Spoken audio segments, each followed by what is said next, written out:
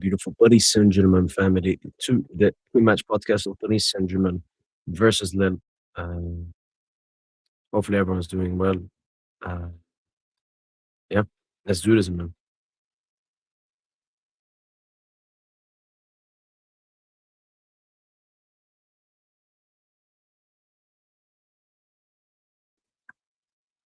So, um, the first thing I would take a look at is the lineup for the game, which I have right here.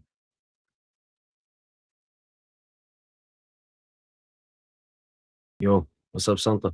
What's up, Arian? Welcome, people. So, this is the predicted lineup, and you know what? I'm gonna just build it so it looks better. Let's do that. Put the camera like that.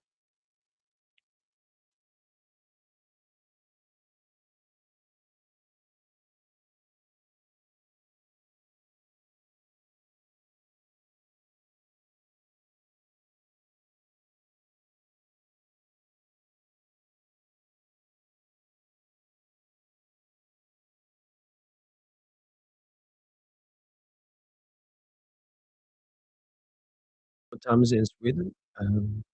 1:12.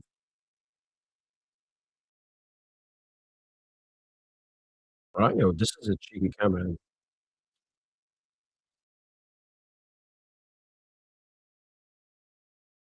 what's up, Cody? What's up, Sin? PFC? Paris FC post-match? Clara? Um, I I was happy with Clara. I think Tosa was really I felt it was mostly I felt it a little bit that Junior has a future agenda.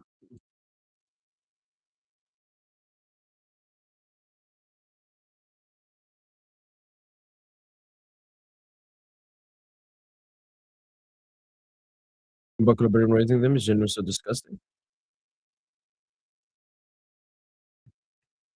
I agree. I think Clara had better game. I think even Barcelona had a good game. It was just that miss, which was disgusting. Still can't believe my club isn't a joke anymore. I'll never forget the day we signed Hansi Flick. I mean, exclusive mindset.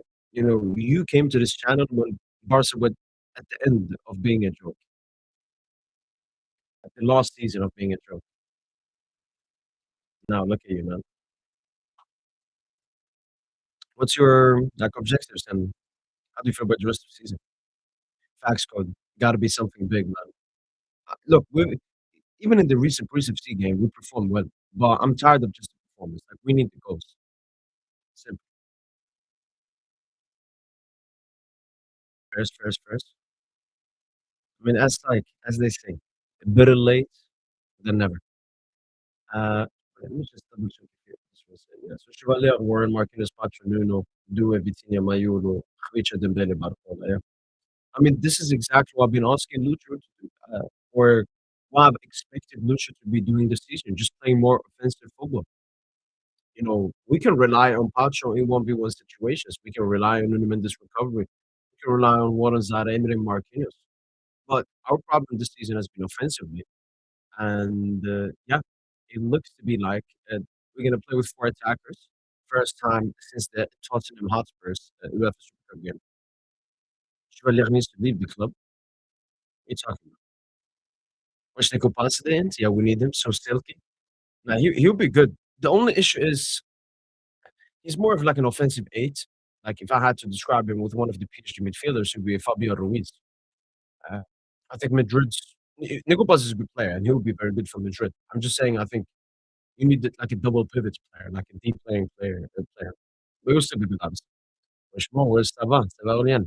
I have a video ID for you that will get your engagement. Let's go, Aurélien. Let me know. I know, bro. I know. Summer 24.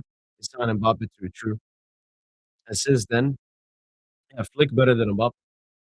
I've seen the FC 26 team of the year, unfortunately. Yeah.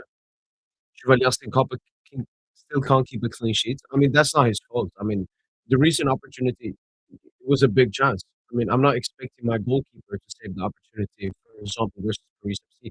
Even in the Marseille Trophée du Champion game, he had a good final.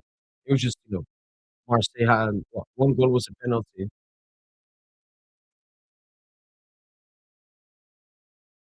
I can't even think about the other goal they got. Greenwood.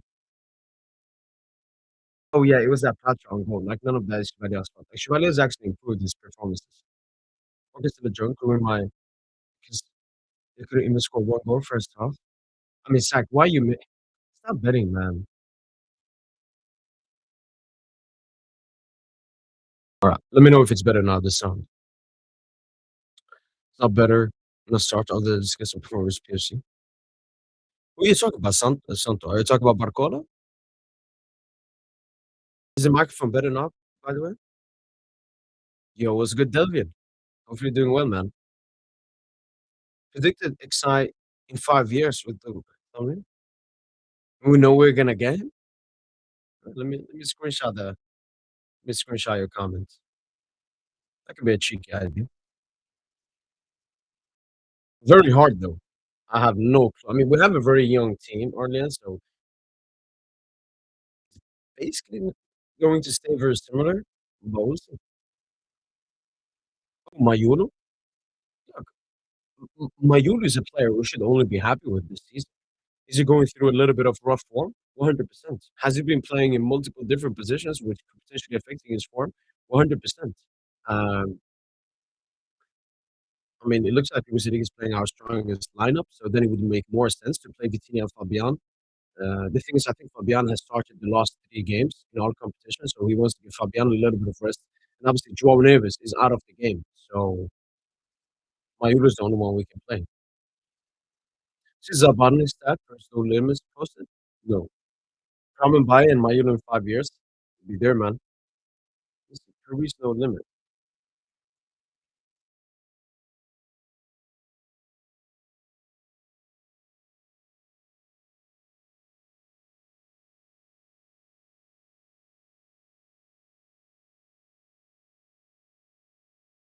What they called, man? Yo, could you let me know where they're at is called, man? Hopefully not at this club. Welcome, Giannis. What an entrance. I think finals a lot of change. Talking about maybe Jacket, Fabian probably next time. Then Boost out for etc. No, you're right. So Marky, then Booze. That's about it when it comes to age. And Fabian, as you mentioned. Maybe Barcola leaves on Instagram.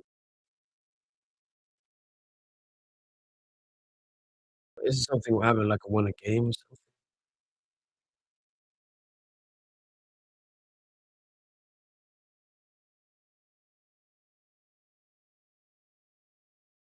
Let's check this out.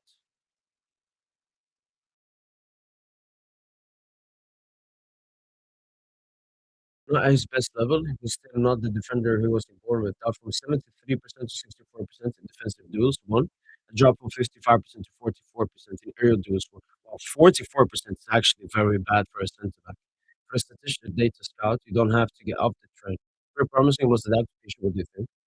For me, the defensive duels one, I'm not as scared about. The earlier one, that's a little bit scary, especially because we bought in Zabarne thinking he's going to be better. He's going to be good early. Um, Obviously, playing in Ligue 1 is different. They're much stronger, taller strikers in Ligue 1 than they are in the Premier League. The defensive duels, I'm a little bit more calm because we play way more open than Bournemouth. It's easier to defend if you're Bournemouth than if you're at PSG. No, he definitely has to improve those statistics. Good one there, sir. Good one there. Still better than Mark. Is that midfield, bro? Uh, I mean, it's a very offensive midfield, and I like it because we've been struggling to score goals.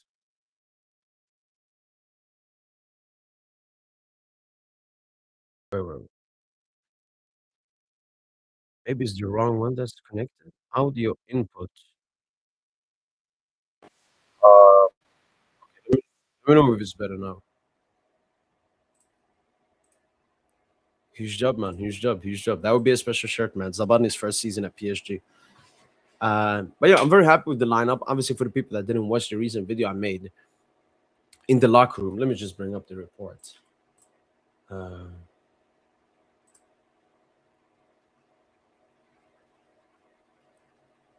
System boost.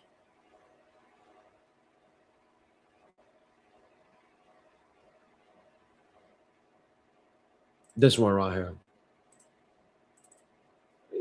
It's something good to read at least. After its elimination, PSG is not worried about where they would need to raise the stakes. In the locker room, the players were far from confident on Monday evening, disappointed themselves in having missed the opportunity to continue breaking records. The pursuit of a second consecutive Champions League title is taken over once again, and some are even trying to convince themselves that it's a blessing in disguise. The elimination in the French Cup. um, This elimination is inseparable from the context. Recurring injuries since last summer, inconsistent form levels, la la la. Players are not worried, their goal is to be ready. So at least a good report to read right before, well, right after what just happened, and right before what's going to happen, hopefully. Uh, but yeah, no, I'm feeling this is I want to see this lineup. Strongest lineup, very offensive, four attackers, as I mentioned, first time since the Spurs game.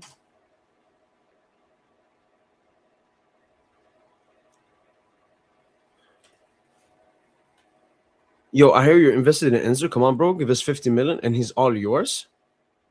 I'll probably pay even more than 50 million for Enzo Fernandez. I'm going to upload soon a video regarding Enzo Fernandez, but I'll pay more than 50M. Enzo Fernandez is a very talented player, and obviously he has a slave contract at Chelsea, so it would be hard to get him. Was the last time Warren got arrested?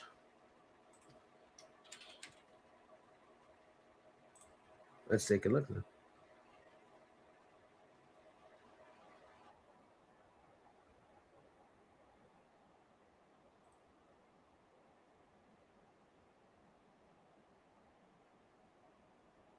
I don't know if this shows.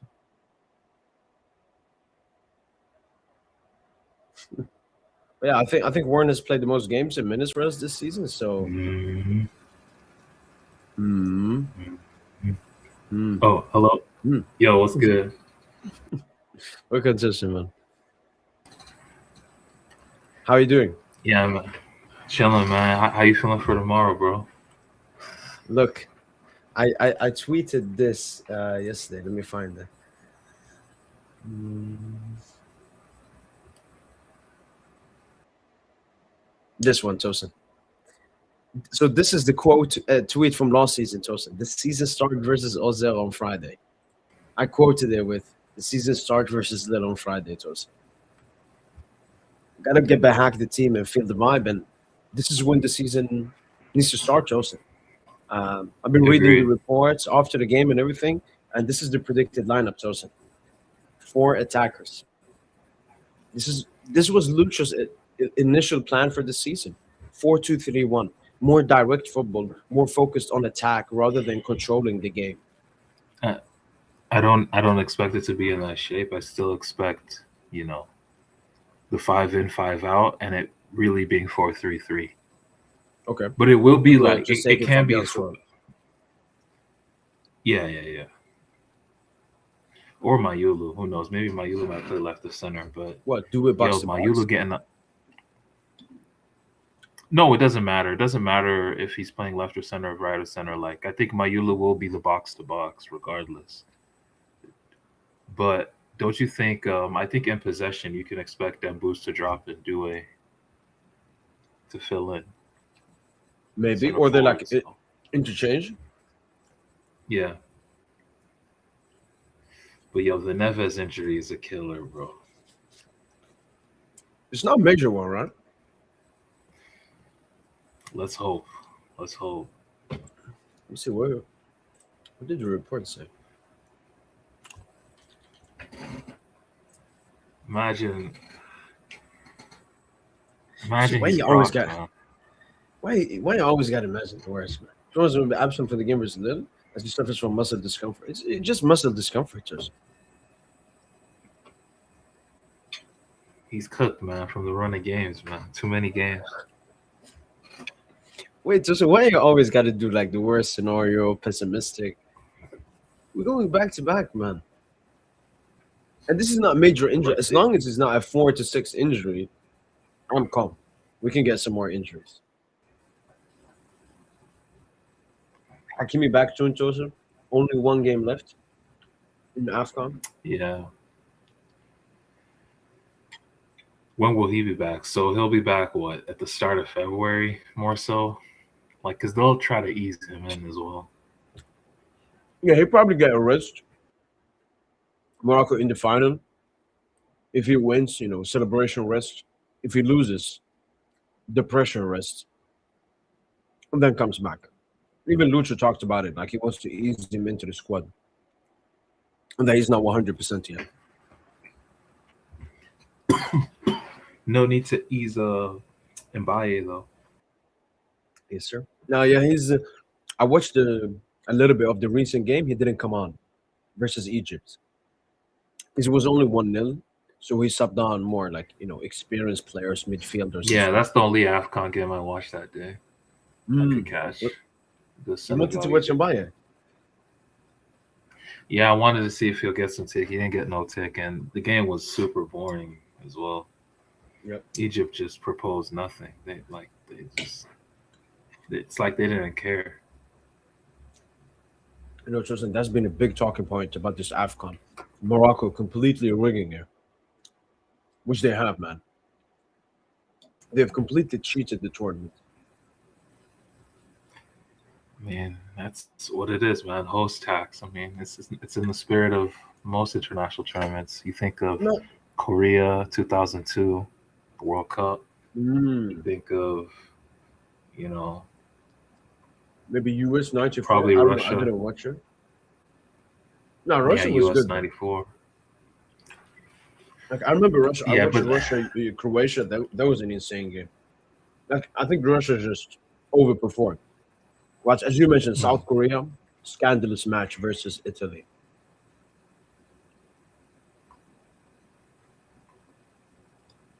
But yeah, it's like two new signings. We're gonna get back as well. It doesn't look like we're gonna get anyone in January as well. no, it doesn't look like it. Again, internal solutions, but again, this is why I ask, like, is Lucho an agent? The season after the trouble with Barcelona, what does he do? He signs Arda Turan. He signs bums that don't really improve the squad. They start. What's actually interesting is they started that first half of the season like really hot. Even despite Messi's injury, Neymar Mm. decided to take the reins that season. But they crashed in the second half of the season because the signings didn't really give them the value that was needed. Iniesta was on the decline. Rakitic was already on the decline. Yep. But Johnson, we both agree that was a squad that in need of more strengthening than us, because that was an aging squad. Xavi left, Iniesta was getting older. Dani Alves left, or did he stay for one more season? But even he was old and dropping in form. The thing is, man, if you want to stick to this, high finesse, level team, like you gotta like that's Lucho's, vision, right?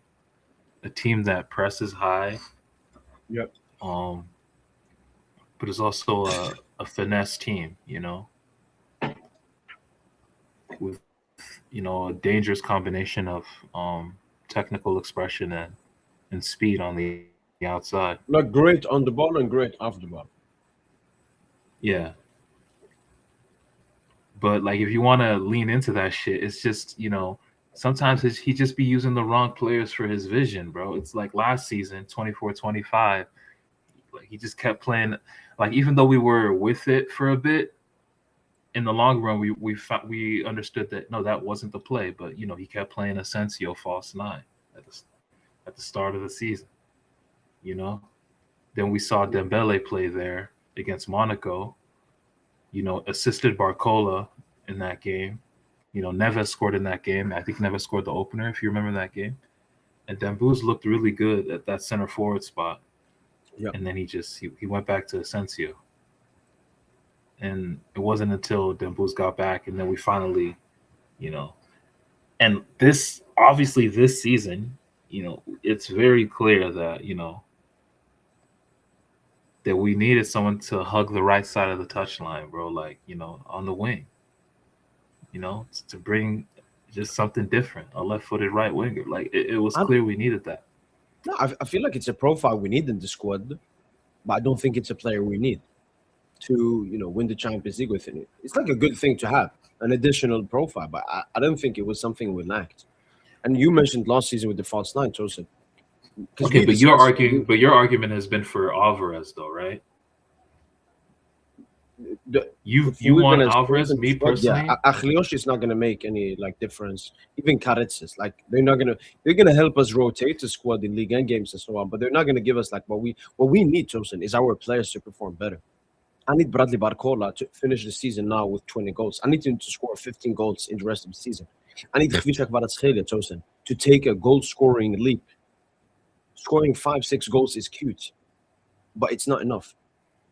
I just need our players to perform better, Joseph. Instead of like looking, because I made a the video reality today. is, how like realistically, how many goals do wingers really score? Like, look at Kavich's breakout season, for example. He scored, I believe, I think it was like 14 goals, all competitions in 43 games. Yeah, Like he's just that's not his game, you know, to be Joseph, the guy to like score. Dembouz before last season never had a 50 GA season. Bummy had But 50 GA season. Dembouz was underexploited. Dembouz could always play centrally. He was just never exploited that way. Like there was no need for Barca to do it with having a Lewandowski and a Pessi, right? Yeah, but So we never got the chance to. I I think think Khvicha the first can time the Dem, improve his game. I think so too, but I just don't think it'll be in the like I don't think it'll be in the way we see like, oh, he's scoring 20, 30 goals, in the season. Nah, I don't think it'll be like that. I think the value will be much different. I mean, Joseph, we made predictions. You know what? Let's actually. I hope we made that. I hope we made GA predictions. Let's take a look at what our GA predictions for our players was. I'm assuming with Dembele and Honestly, it's Lewis, null and void. Yeah, it's we null don't and care void, as bro. much as they were injured. But I want to take a look what we gave Khvicha and Barcola. That's what was our own expectation in the beginning of the season. And I remember last season, Joseph, I liked Khvicha last season, especially in the big games UCL. But I was like, next season, Khvicha is going to become even better. I haven't seen that leap. Barcola, I said he's going to be even better. I haven't seen that leap. So my problem has been with our players rather than like we need to sign or strengthen the squad. So Khvicha, this is GA as well. You said 30, I said 45. What's he chilling on now? Like 15, 13? I, I don't know. I don't know. Like he's I not know we even meeting had. your expectations. I know he Where's had Barcola? seven. I know he You has had like seven 35, Barcola GA. had 40. I know he Barcola has has like like 10 seven GA G. this season. Yeah, Wow, you gave him yeah. I by a know six, it's man. probably not gonna be close. How many does he have right now? Maybe 3, 4.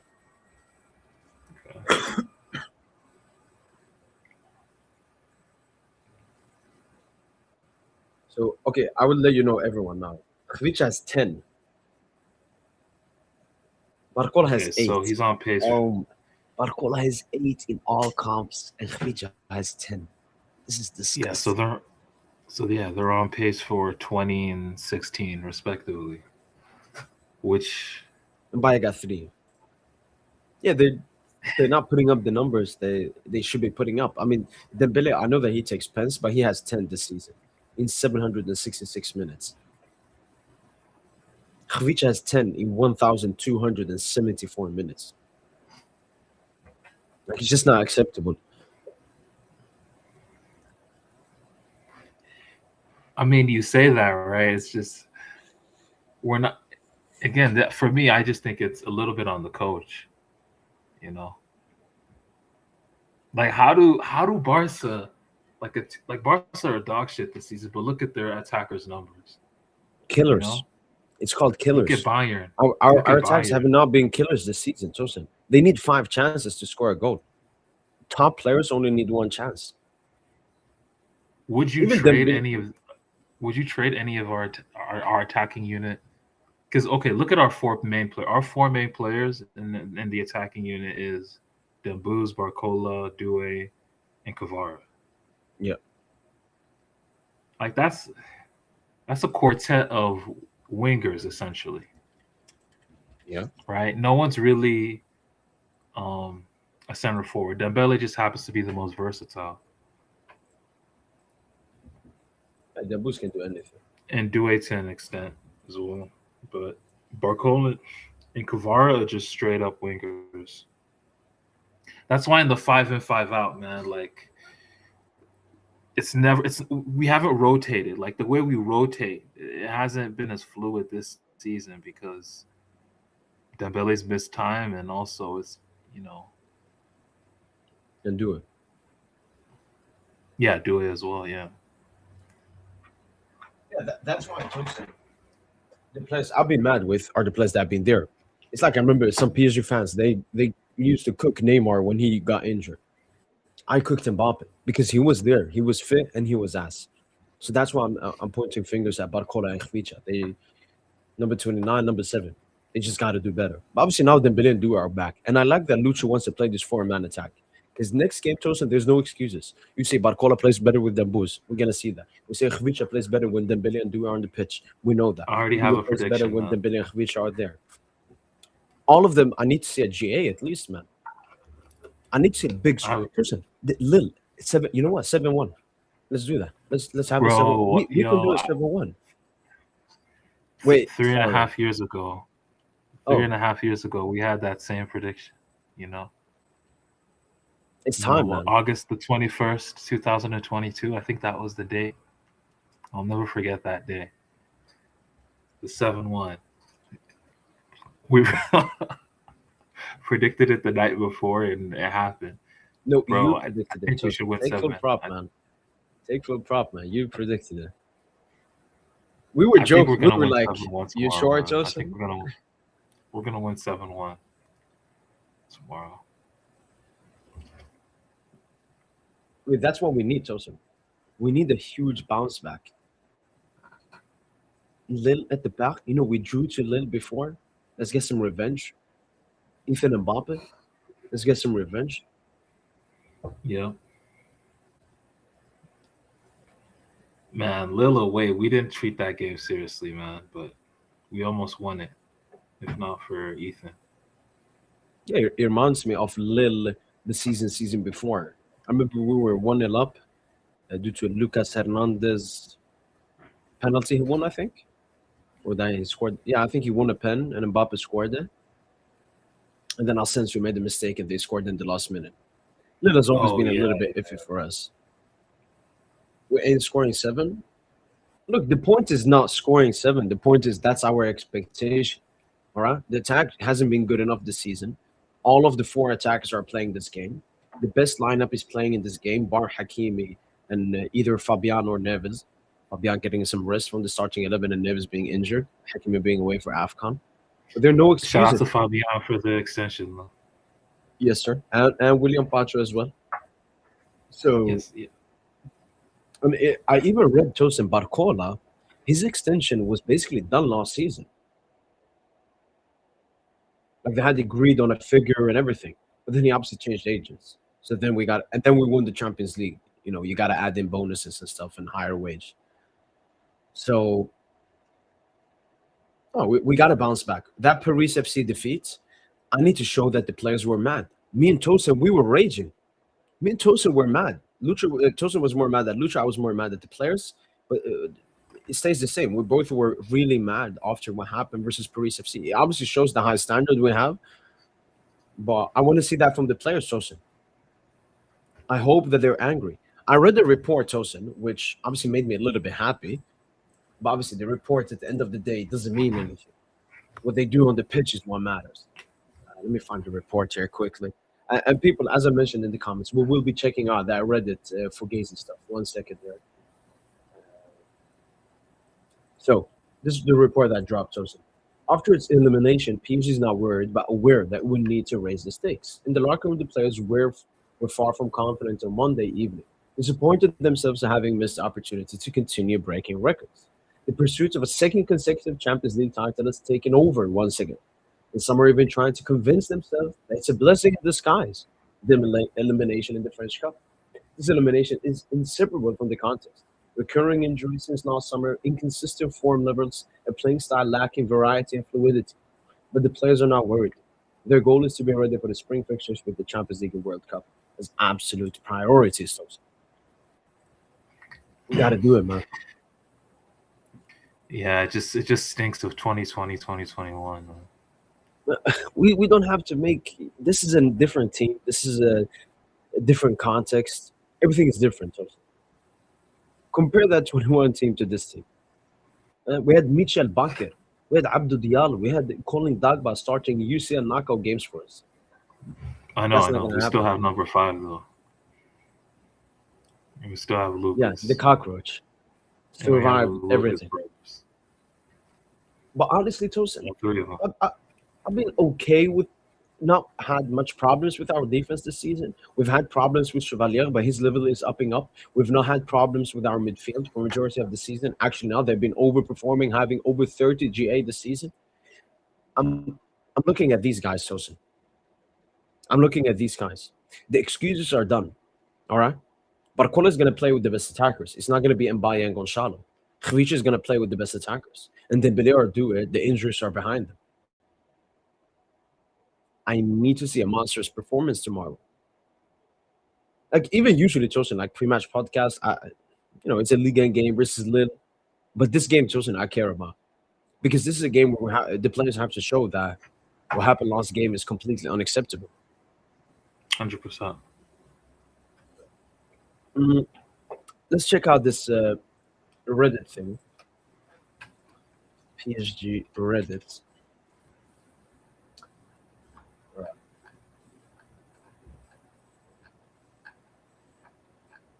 How can I find it?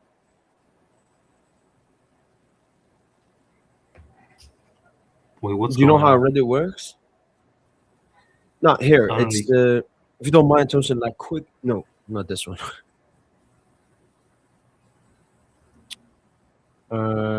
Go to PSG subreddit. There's a poll asking what supporters consider a successful season. Tell you a lot about standards. Oh, here it is. All Ooh. right. So, anytime we criticize the team, comments like "We won everything last season," and it will click soon. So I was wondering what people would consider a successful season for PSG. Personally, I don't think we're good enough to win the UCL this season. What the fuck, man? But getting to the semifinals plus Ligue 1 would be great. All right, so we got UCL Man, plus who Ligue is 1, this guy? What's his UCL. name? Of course, his name is Barcola, man. Maybe Barcola, cuck Oh, energy, man. no, this is his name, but I think this is maybe the subreddit he posted it in. I don't know how Reddit works. Nah, he reps Barcola. And he's been active for a while, since 2020. So UCL plus Ligue 1, UCL, Ligue 1 plus quarterfinal, UCL, Ligue 1 plus semifinal. But he said successful season, Tosin. I said that before the Yeah. season When you started, say Tosin. successful season, it's obviously winning both trophies. Idiot. No, but I said, Tosin, my expectations going into the season is UCL and at least semi. That's what I said. Because I know how difficult it is go back to back. If we don't go back to back, I'm not going to be fully enraged. If we get a semi-final, I'll still take that, and I would still.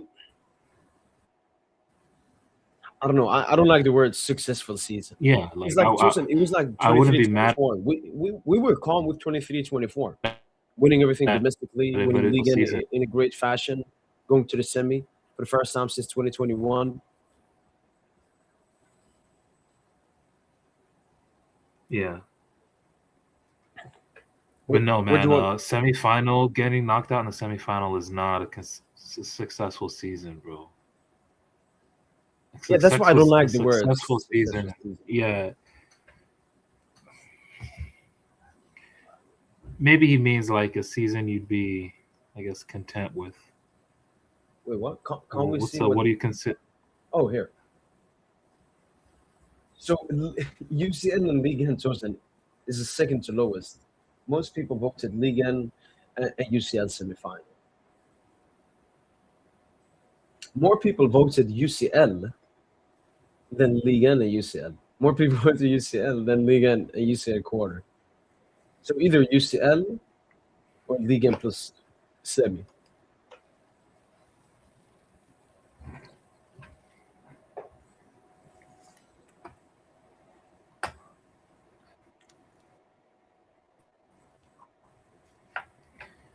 Man, how many teams have actually gone back to back? Just Madrid, right? And the Cruyff Ajax, I think.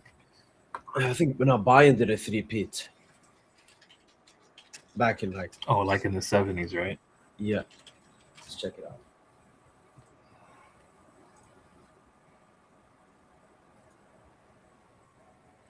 But man, I'm just saying, man. The parallels with Lucho after his trouble-winning seasons, it's just the No, one at you want to Barca. see those He parallels. tanked the That's team. my issue. You want to see those parallels. I No, don't but want to see. he signed Lucas.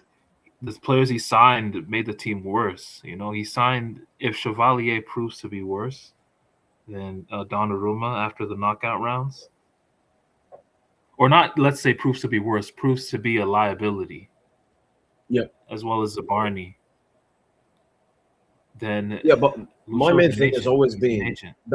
the other players are going to be better. Don't say the agent thing, Tosin. You could say that he underestimated the competition that would come up against him. He overestimated his team. But don't do this agent thing. He's a culé. He doesn't want PSG to go to back, something Barcelona has never done in its history. So Tosin, we got Madrid, we got Benfica, we got Ajax, we got Bayern, we got Liverpool, we got Nottingham, we got AC Milan, and then obviously Real Madrid. So since 1981, only one team has done a two-peat.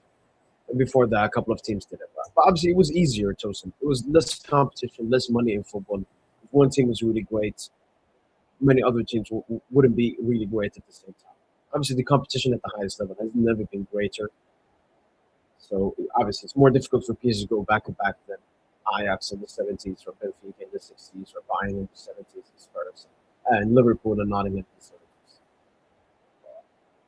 Shouldn't stop us.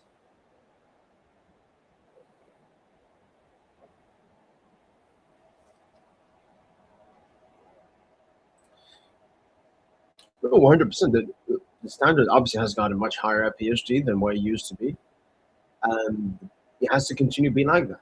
You know, I've seen a lot of people keep on talking about last season.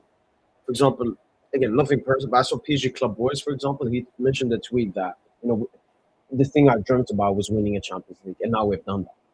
But football moves quickly, Tosin. It's not about winning one UCL; it's about winning many.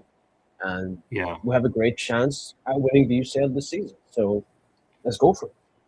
Let's believe in it. Let's push for it. Let's expect it. Let's hope for it. Let's believe in it. Let's pray for it. That's honestly something that you hear in all sports. It doesn't even matter. I've heard Draymond Green talk about it, the NBA.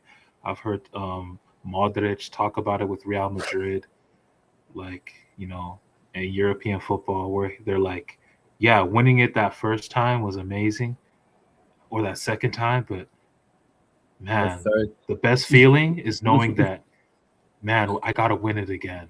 I have to win it again. Like, you just want, it's like it's a drug. You Yeah. just want to keep winning the championship. So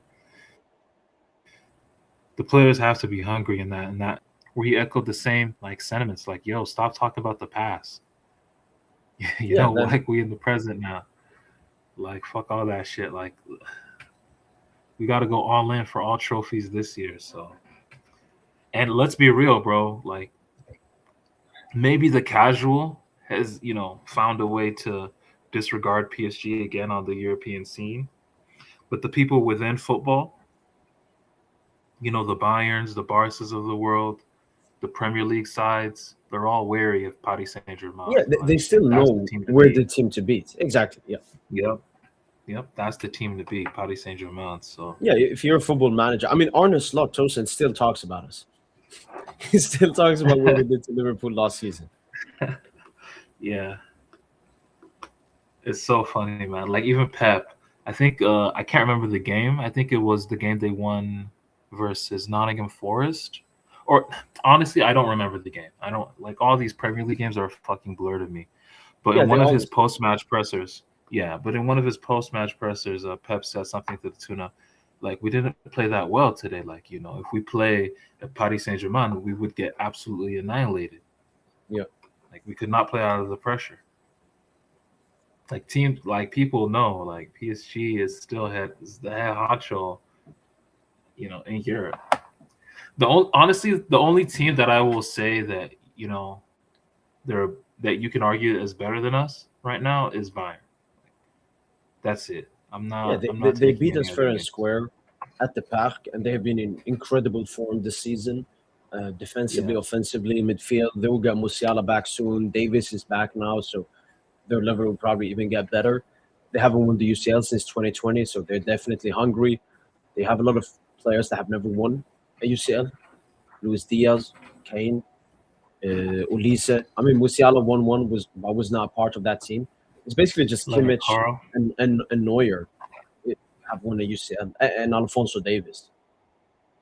Company obviously would be an absolutely huge thing for him to win the UCL as one of the youngest Yeah. managers to do so. I think. No, but I remember you said the same thing like around the time Bayern were in the midst of their tie with Inter. You were like looking at these underlying numbers, they're just like us. Like they're just like us. This could be Bayern's season, man. That's It the could team to for me. beat For me, for Tosin, us. it's three teams that can win it. It's PSG, it's Bayern, it's Barca. Those are the only three teams capable of winning a Champions League this season, in my opinion. No Premier League team is going to win it, and Madrid I are. think you're I think you're overvaluing Barca, but No, I understand that. That's how you feel, Bob. I think when it comes to the UCL, Tosin, it's two stuff. You need a keeper that can save you in moments, and you need attackers with individual ability. That's why I count out Arsenal immediately.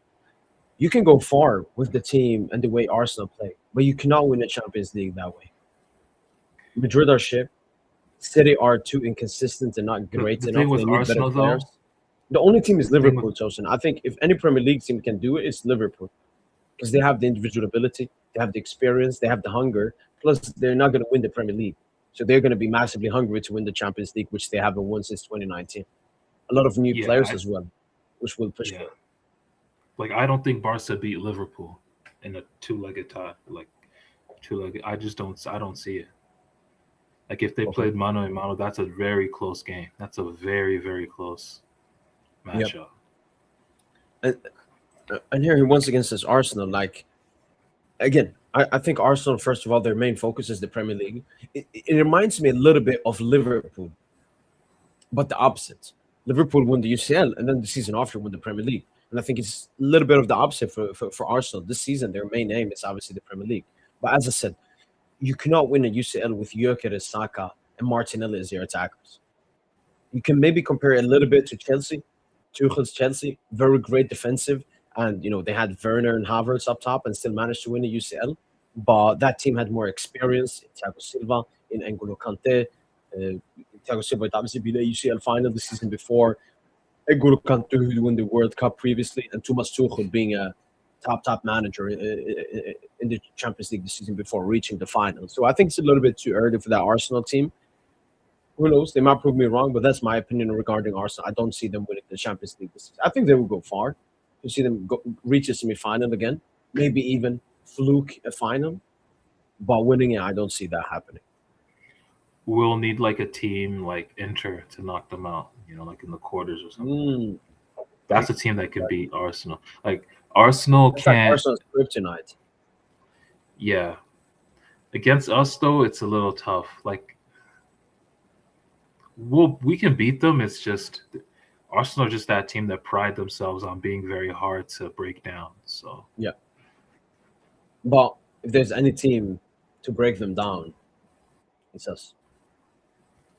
Obviously, the thing that Arsenal fans will not say is based that on we don't what have we've shown. Donnarumma. Not based on what we've shown in the last 5 months though. Not, Honestly, Tosin, again, because we want to go back to back, also we got to compare ourselves to the only team that has gone back to back since the new inception of the UCL, and that was Madrid. And you look at Madrid, Tosin, the season they went back to back, which is 16-17, they didn't even top their group.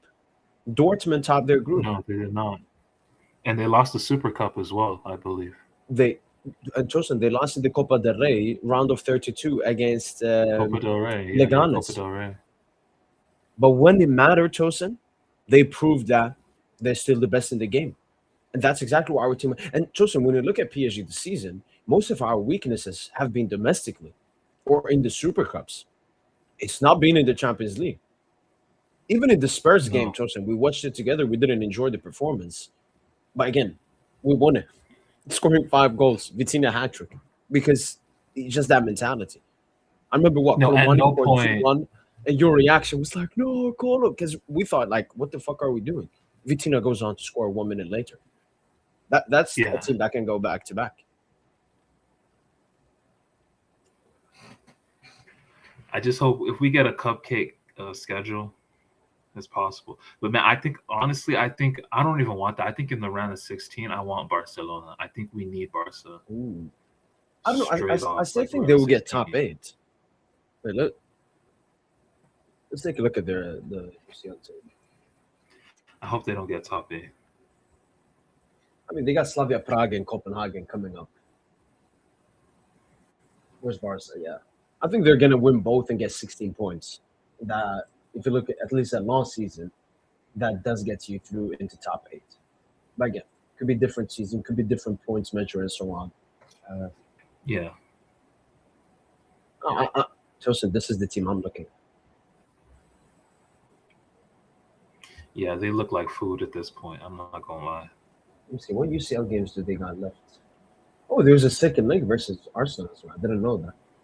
They played Pafos and Napoli. Ooh, I could see them drop points versus Napoli away. Maybe a draw. Tosin, I would love to face Chelsea in the round of 16. That's perfect, Tosin. It's revenge from the Club World Cup. And it's a tough game. Like Chelsea's still, a tough side to beat. Yeah. Maybe Marseille. Imagine we got Marseille in the UCL. In round of 16, is that possible? Yeah, we faced Brest round of 32. From the round of 32 onwards, you can face teams for your own domestic league. Oh, wow. Okay. Yeah, I would take Marseille, yeah. Juve could be interesting. Yeah, Chelsea, Barca, yeah. If Barca make, I would take them. It would be a very tough round of 16, Tosin, but it would be a game that can, if you win it, it can propel you to be just like Liverpool last season, Tosin. We beat Liverpool really early on, and that's what gave us the confidence to go all the way. If you ask every PSG fan, when did you believe that you're going to win the UCL? Everyone will say that Liverpool first leg. Because what we showcased, no team in the world can match up with it. No.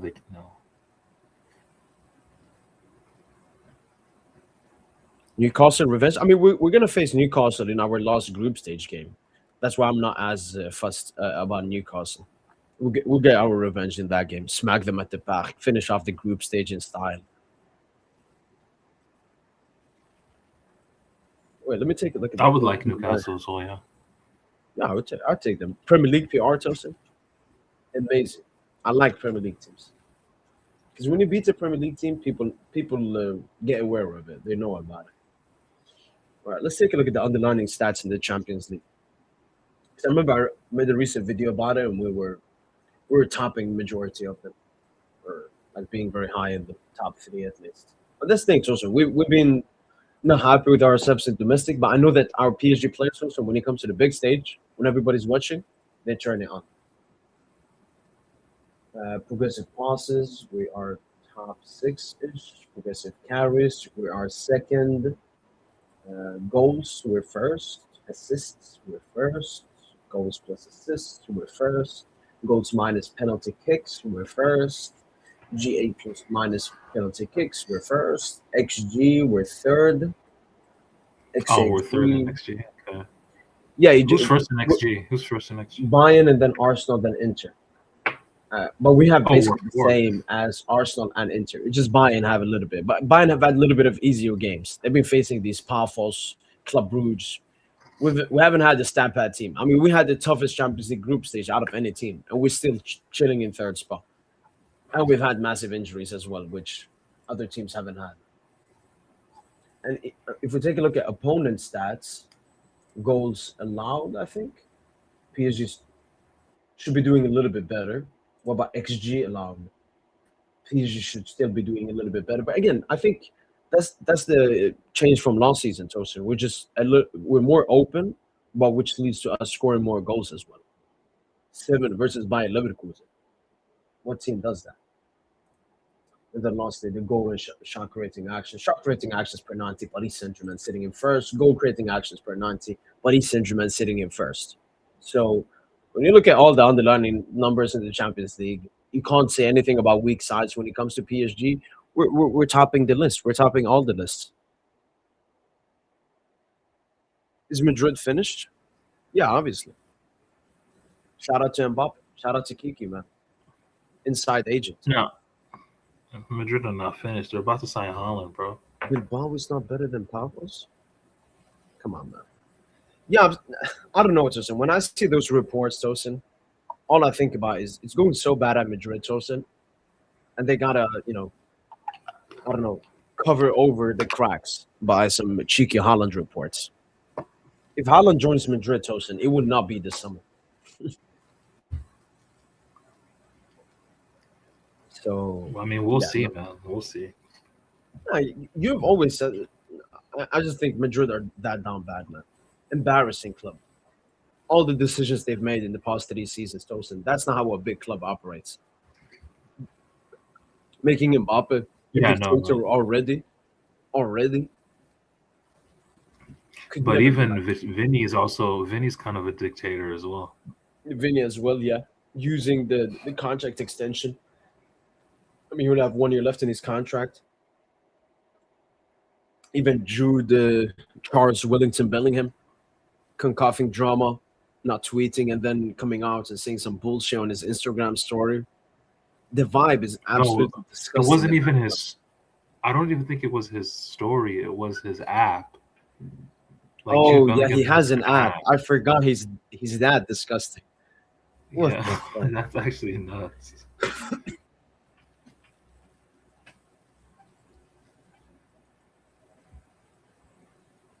And Tosin, it was very good that we were mad for the Coupe de France defeat, but honestly, it's quite a normal thing, especially for teams. No, I wasn't mad at the defeat. I mean, I wanted to become the first team to win a sextuple in a season. I wanted to become the first team to win 2 consecutive sextuples. Like the standard is here, it's us. The only trophy that really matters for everyone to take notice of you is the Champions League. That's what we learned. So for sure, that's the priority.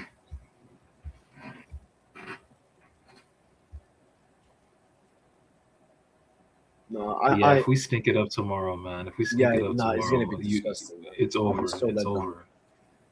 You at that point we can admit it's over. No, at that point, Tosin, it will be hard for me to believe we can win the Champions League until we do something absolutely huge in the Champions League versus the big side. Like we smack a team or have an elite performance against the top side.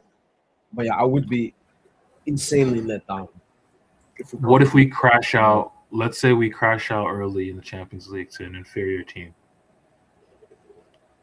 I mean, that would be absolutely embarrassing, man. You gotta do something big then. You gotta sign someone big in the summer. Maybe 2 players big. Not really, bro. There's no big players to sign. I'm gonna be honest with you. I think I've seen the recent reports. I mean, it's only part of the shortlist, but like Enzo Fernandez. Okay, that's a good signing. Good competition. See, Enzo, what's his transfer value? Probably like 120. Oh my God. Because they bought him for that price. So that's the issue I have with transfer market. And obviously, Enzo Fernandez also has a slave contracted until 2032. That's just to preserve value, I guess. But with Enzo, he did sign with Javi Pastore's sporting agency. Mm. Yeah, Was he the first one? yeah, Never heard about yeah. You can look it up. Javi Pastore co-founded some sporting agency for players, it. Mm-mm. and Enzo's the first signee. Okay. And Pastore, he's always in Paris, so in and around the park. So I think, yeah, it could be something we're looking at. I prefer to lose, let's say, in UCL semis versus a top team in a close game and walk on Ligue 1 than win UCL and lose Ligue 1 to Lens, fair and square.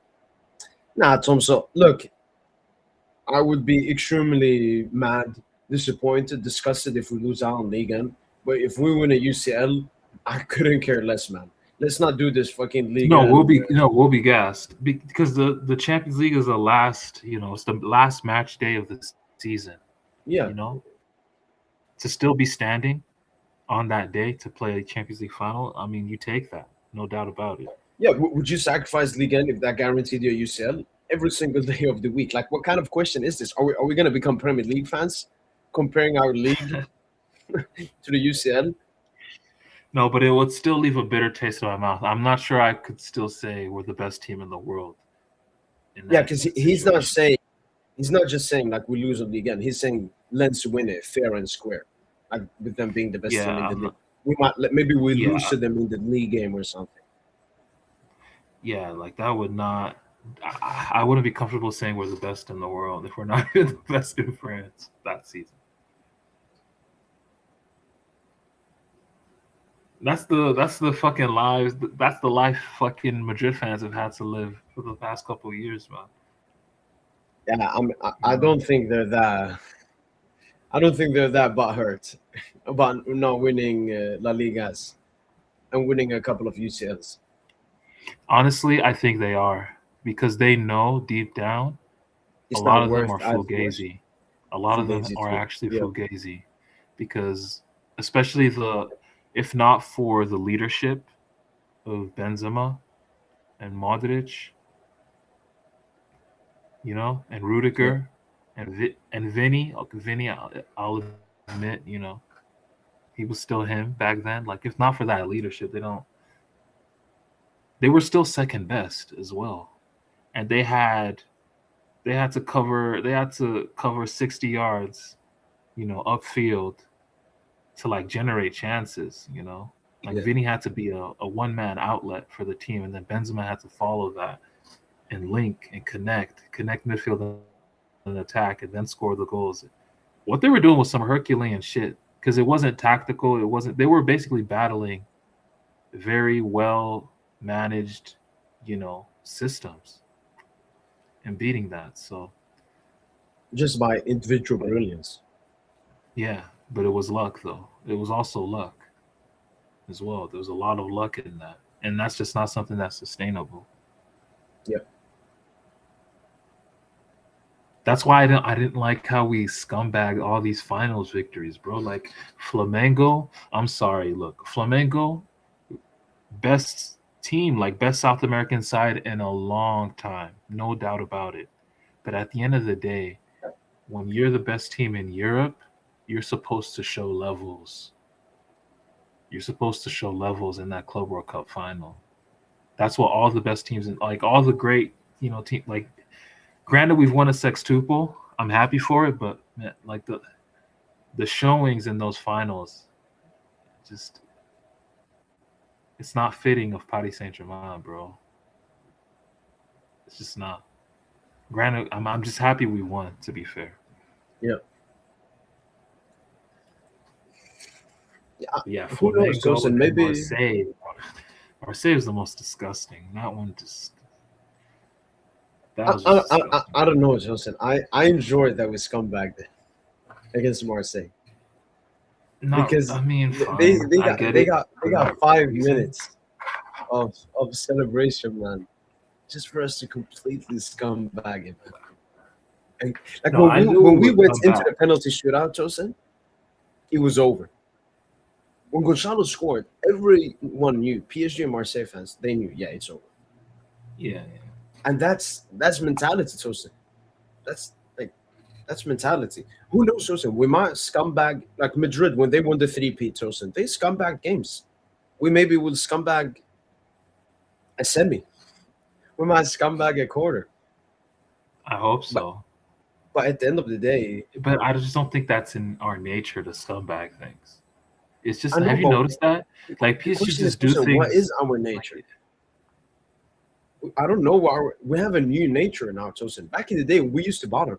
Now it's the opponent that bottles because of our aura, Tosin. We're so intimidating. mm, Imagine we play Arsenal, Tosin. They're up 1-0 because they scored a Fugazi corner. And then pop up, we score 2 goals. Like Rodrigo versus City. And we win. And Arsenal would come after the game and talk about XG and shit and be like, I don't care. We don't care, man. We need to prepare ourselves for that. Because how can I say, Tosin, back in the day, we could never scumbag, Tosin. When has PSG scumbagged a victory in the Champions League knockout stages before? I can't remember, Tosin. It's either we went through fair and square, Tosin, or we battled it and lost, or just lost fair and square. I can't remember when yeah, we no. scumbagged it back in. As you said, that was not part of our nature. Now we're seeing the UEFA Super Cups. Scumbagging is part of our nature, Tosin. Just because of that, it's like Tosin. It's basically games you're supposed to lose.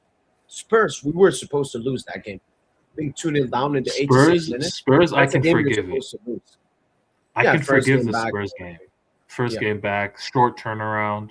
Only a month Spurs after the had played Club like World Cup 7 final. preseason games going into that game. We had 7 Yeah, training sessions. yeah. But then the Flamengo one, for me, it just leaves a bad taste in my mouth that went to penalties. No, I understand it. But I like that we can scumbag games. That Marseille game, if we play that Trophée de Champion final and we're 2-1 down 87th minute a few years ago, Jose, we would lose that game. No way we're coming back. I remember when we played Marseille, for example, when we lost in the Coupe de France in 2023 with Messi and Neymar and everyone. We couldn't make the comeback. We couldn't scumbag and take that game to extra time.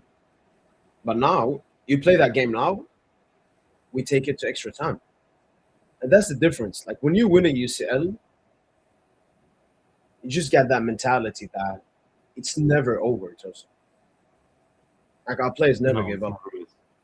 Obviously, the No, performances they need to don't. They improve, don't. Joseph. We want to slap teams, but sometimes you need to scumbag it.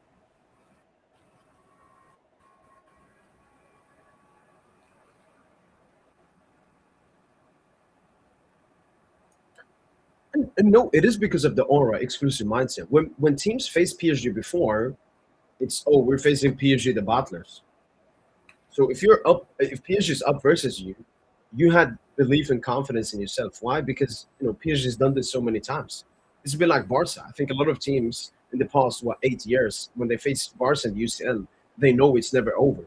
When Liverpool made the comeback versus you, when Roma made the comeback versus you, they had belief. Why? Because they had seen Barca battle in previous seasons. It was the same thing with PSG. Barca, When teams face us Barca, now, they are the never safe. Barca, They're safe when the referee blows his whistle because they've seen PSG win the UCL 5-0. They've seen PSG win a yeah. 6-2. They've seen PSG scumbag games. Nobody's safe against PSG until the referee blows his whistle. So yeah, it's because of our aura, because of what we have done and what we have achieved.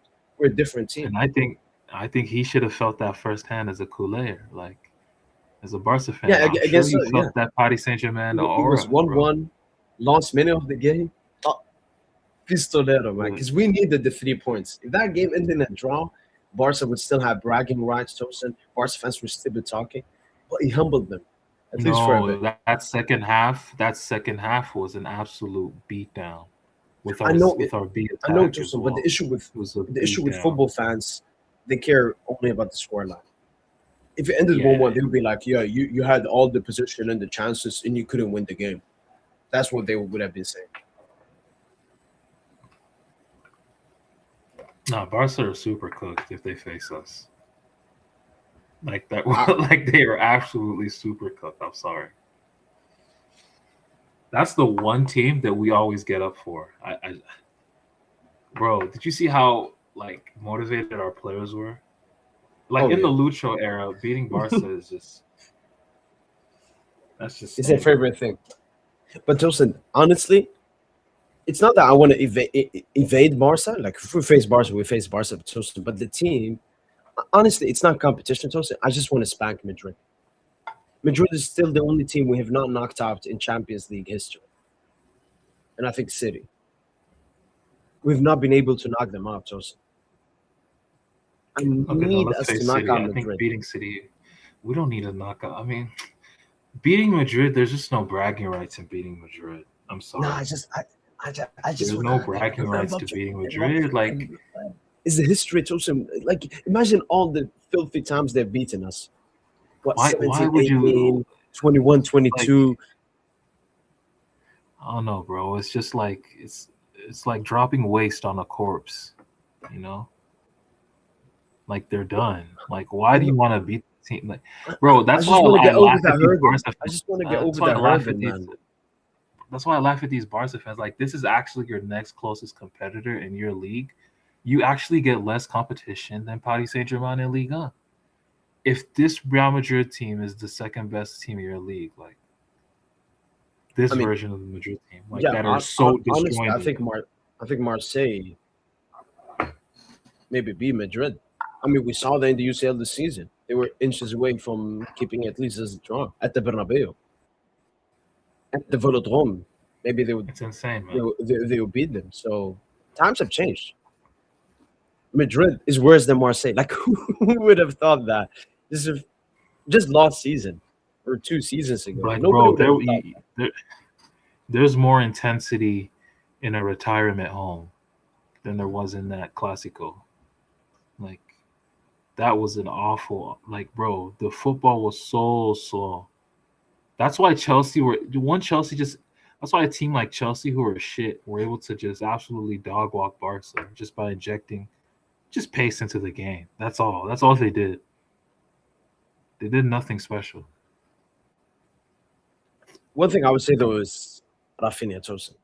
That's something we saw in that final. That's something Yeah, we've no, seen multiple times. He's he's a crucial, huge too factor. crucial, and they can't like replace him. You play Rashford, you play Ferran Torres.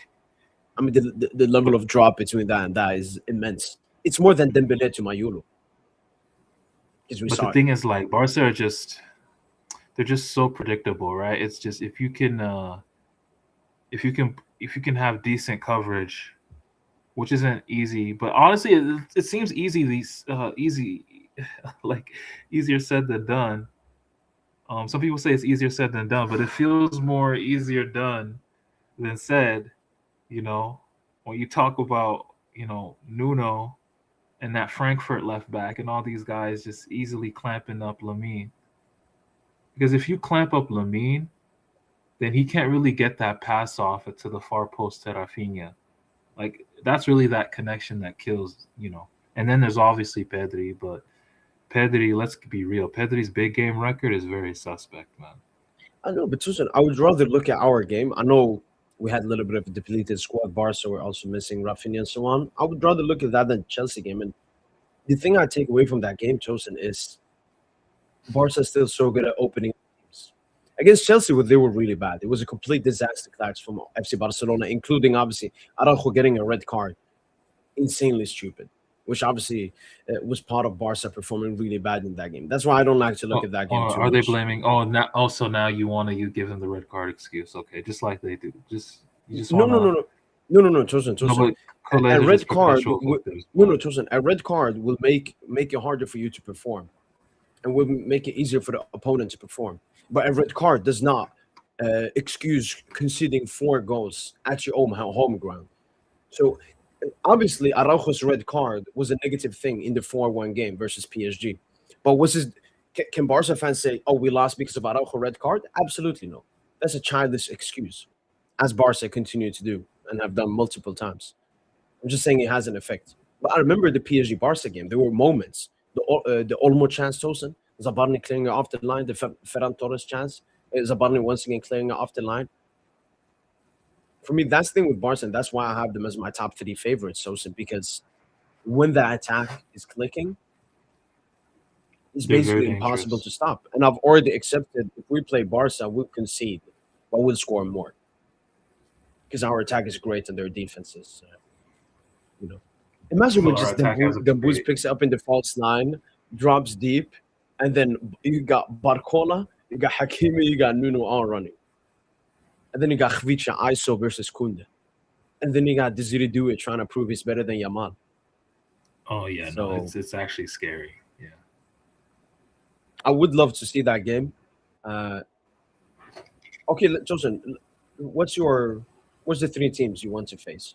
I think we've done this question before, but what's the 3 teams you want to face? Strictly, man, I want to face the best team. So, on the best team in the Prem, you want to face Arsenal.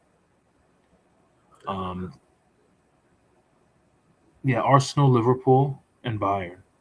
But I would also like to face Barca just to slap them. I think Arsenal, Liverpool, and Bayern give us like close games, close ties, just because they can match our intensity.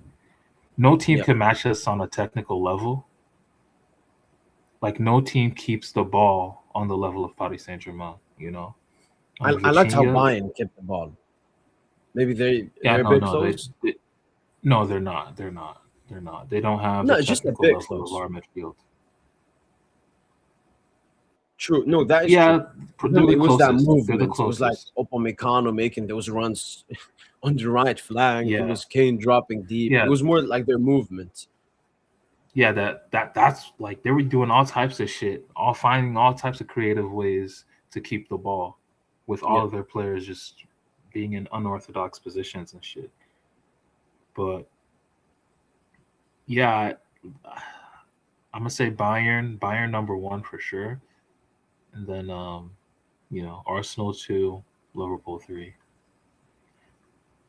But yeah, Yeah. on a I technical level, no team is fucking with us, man. Like we just need to get a get a run of games again. yeah. Yeah.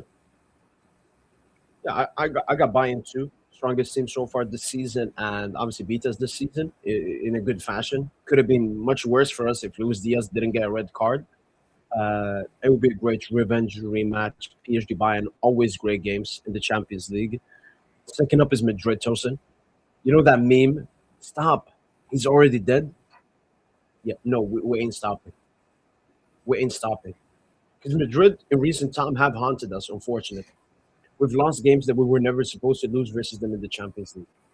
This is And not Tosin, the time to we beat beat them them four now. The 0 time We beat the time to Tosin, I beat don't want to beat Madrid them is with when their they're strong. amazing. Like No, yeah, I just want to beat that's what you Madrid. want No, to I beat just want them, to bro. beat Like why do Madrid. you want Madrid to? is Madrid. I just want to embarrass them, Tosin. At the Bernabeu. We beat them We 4 0 already in the Club World embarrassed Cup, them Tosin. though. We embarrassed them in the summer. We embarrassed them Yeah, in I the know, but summer, it's Club World Cup.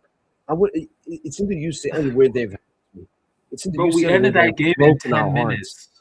I know, We but ended that Joseph, but game in 10 minutes. it's the UCL where they've broken our hearts.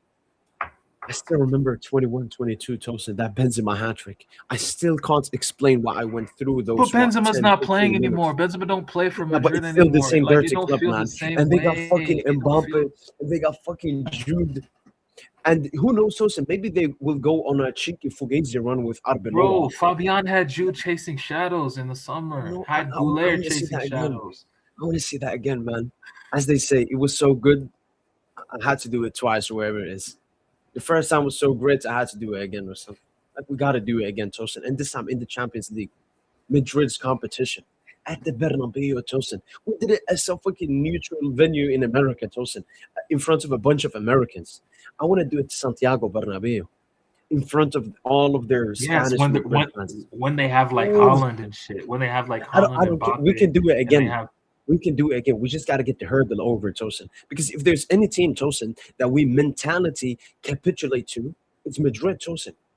We mentally capitulate against them in the UCN time and time again. They gotta stop, man. I gotta embarrass them, especially with Mbappe being there, Tosin. And as I told you, Tosin, who knows? Madrid without Beloa, Tosin. Let's say they beat a strong team. Let's say they beat Liverpool, and then they maybe face Chelsea and they beat them. And you start hearing Madrid fans believing they could win the UCL, and Mbappe is firing on all cylinders. I want to expose that, man. I want to give them the reality check they need. So Madrid is my second team. Third team, I don't want to face Arsenal because it would be so fucking boring, Tosin. Those 180 minutes were so garbage. It was all about controlling the game. It was not about playing football. So Chelsea would be cheeky, getting some revenge. Liverpool rematch, as you mentioned, maybe getting City over the hurdle as well. We have a really bad form against City in the Champions League.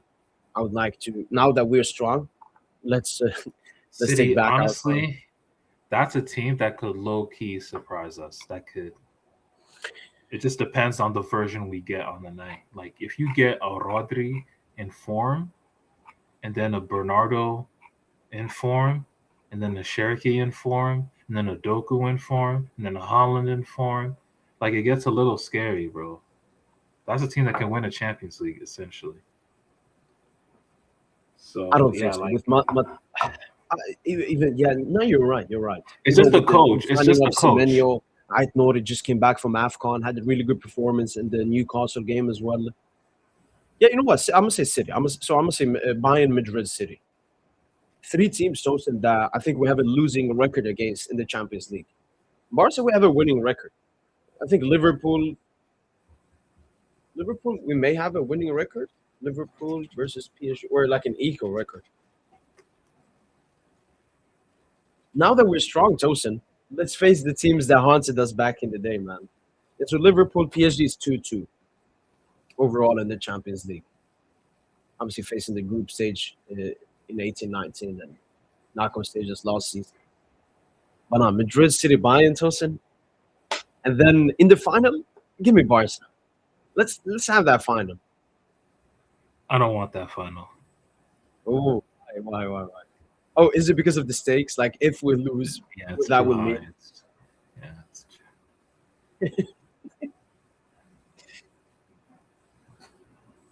and we could get hosed in a final like that. Like, what with the ref? Yeah, man. I just don't trust an occasion against Barca in a one-off game. Two-legged affair. We smacked them. We smacked them. One-off game. It's a little dicey, man. Yeah, but imagine Tosin. Rafinha scores first. Dembele equals immediately after. PSG get a penalty. Dembele steps up, misses it. Goes into extra time. Goes into extra time, Tosin. Yamal misses a huge chance. Ball goes to the other side. Due scores and starts dancing at the corner flag. And PSG are back-to-back winners versus FC Barcelona. I mean, Barca fans, Tosin, Uh, wouldn't be able to talk to us in at least 2 seasons, Tosin. I need to beat a big team. Tosin, we beat Inter. I don't know any Inter fans. Inter is an irrelevant club. I want to beat a relevant club in the UCL final. It's like Madrid. Madrid, they own Liverpool. They've beaten them in 2 UCL finals in recent time. I want to beat a big team in the. I don't want to have another Inter. All right, look, it was our I first just UCL. Nice that gave us an easy one. Give me a tougher one this time. the way Let's have things an are actual trending UCL though. final. The way things are trending, it just seems like we're gonna have a really nice round of 16 quarterfinals matchup where it's just like easy teams. Yeah. No, I sense yeah easier than last season for sure. Could see that too. Because I mean, Liverpool finished what first in the UCL table. I think Arsenal finished third or fourth, and then Inter finished like third or fourth as well. So we Yeah. So faced if you off really finish tough high team. up, yeah, if you finish high up, finishing first might be a bad omen. So Arsenal might get packed up early. Um, but yeah, if you finish in a respectable position, chances are you're gonna. It's an automatic ticket to the semis, essentially. And who knows, Tosin? We might underestimate those. So as you said, mediocre opponents. Someone mentioned Dortmund in the comments. We maybe get Dortmund in the quarter, Tosin. We may lose the first game, like Madrid lost 2-0 versus Wolfsburg, and then we go to the Park, Dambu's hat trick, and we annihilate them, and we go through. Like all I know, Tosin, our UCL run this season would not be like last season. Last season, Tosin was so controlled. We were basically never under. behind. We were The never only time we like the were only time behind like was like Liverpool. Villa and Liverpool. Yeah, No, Villa we were behind like on the game, but not like an aggregate. Like Liverpool, we're behind for what? 10 minutes from Elliot's goal to Dembele's goal. It was basically 10 minutes. That that was the only like time we were a little bit pressured and so on. But it was yeah. very calm. It was very controlled from PSG. This time, Tosin, I think we might go down sometimes. Sometimes we might slap, score 5 goals away with that red shirt. Yeah, Yo, the red yo. shirt. It's the whole lot of bro. That red kit, bro. It's gonna be, man. It's gonna be dangerous. I It's gonna needed be very Dembu's dangerous. UCL knockout hat trick this time. We got group stage one. Vitina scored the hat trick one as well. Maybe do a hat trick. I mean, he's very close. He scored 2 braces in the UCL. I can definitely sense a UCL knockout hat trick by one of our players. Maybe a Khvicha one would be nice. Barcola one would be absolutely amazing, man. You bet on the Kavicha one, you might become a millionaire. That's Yeah, Barcola yeah, as because well. we know it ain't happening. Yeah, Now, Barcola Barcola actually has a chance. Like for if a it's a hat team trick. that's like extremely open, Tosin, and it's just Dembele feeding him and Nuno feeding him, then Boozy would be majestic though, because then we're pushing for a second Ballon d'Or. Yeah, I want to And see Tosin, what his mindset is like going into tomorrow as well. yeah, I want to see like leader. I want them to treat this game, Tosin, like a UCL game because that's been the issue this season. It's a clear level between us in Ligue 1 and us in UCL. Just treat it as a Yeah, UCL game. High intensity. Score your chances. Be mad if you miss. Man, Tosin, imagine like we win tomorrow like 2-1. We sit here, we're like, yeah, got 3 points. We gotta win, to compete. no, it'll no. If we don't win in an emphatic fashion, then yeah, it's actually over. It's not about the No, result tomorrow. don't say it's It's not over. about Just the result. say it might be over. Yeah,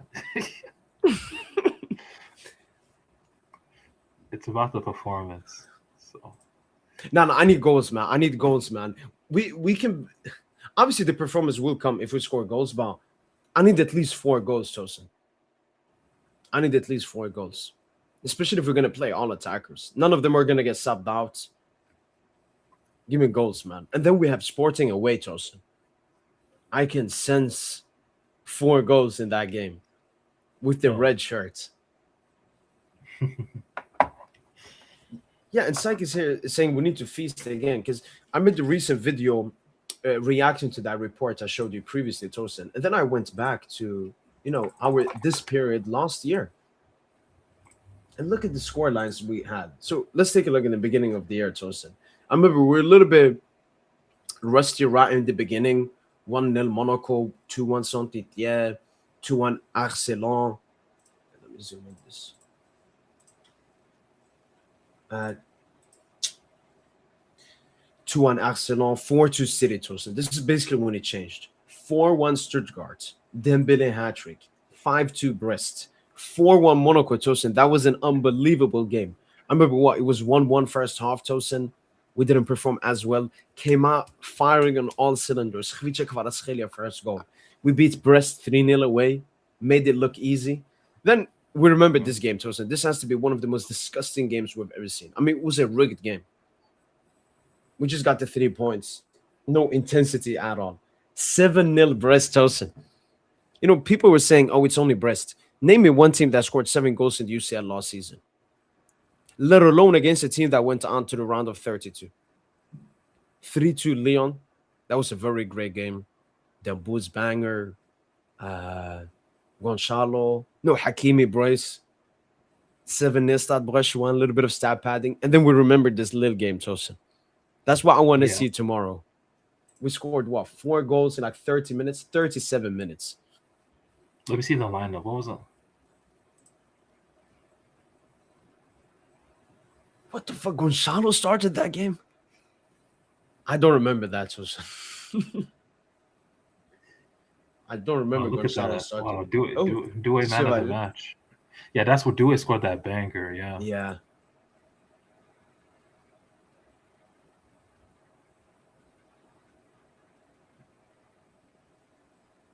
This is what I'm looking for.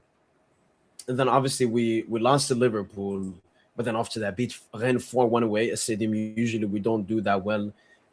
Obviously beat Liverpool, huge game at Anfield. Beat Marseille 3-1. It looked so easy. Dembo was getting his first Luc Lassie goal. 6-1 Saint-Étienne Tosin. And then oh after yeah, this that, game was so we, fun. we took the foot off the gas in Ligue 1 and just got the job done in the UCL basically.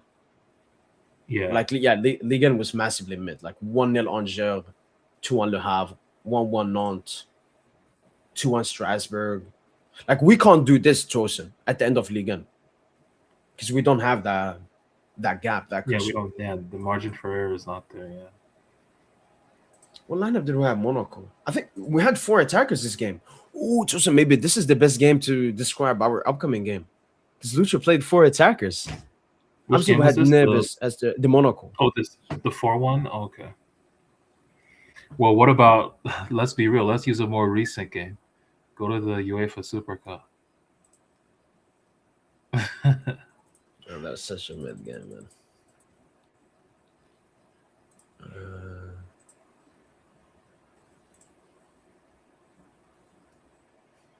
Man, it was just Dembuze Vitinha Tosin carrying us in that game. And obviously, shout out to Gonçalo and Kangili from the bench.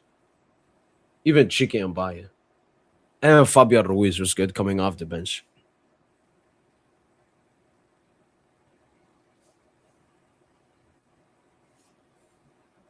Yeah, one of them games, man. No, it's time, Tosin. We've been, especially in League One, Tosin, like we've been just fucking around in League One, man. That gotta stop. What's that Monaco? Stats in Monaco game. Three. Look at that. First half, Tosin, only 0.35 XG we had, scoring from that Vitinha free kick. And then second half, 52% possession, not that much for PSG. 2.79 XG, 6 shots on target, 4 big chances chosen. Not that much, honestly. Only missing one of them. Massively clinical. Khvicha getting his Hmm. first goal. Dembele brace, and look at that. Khvicha GA, Dembele GA, Barcola GA, Due GA. This is exactly what I'm looking for tomorrow, Chosen. Yeah,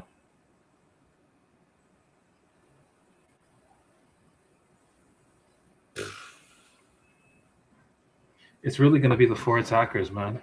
I think you called it. Yeah. But the thing is, sometimes it just ends up looking disjointed. Like the balance isn't there. Yeah, a bit like too much. Like Yeah, too too many many knives in the cooks kitchen, in the cooks in the kitchen. kitchen. Yeah. Yeah, but let's hope we can find a balance with it, man. Because players are Yeah, gonna have to run. that's been Lucha's plan. And obviously, unfortunately, he hasn't been able to do that with the injuries and so on. But now he can do that.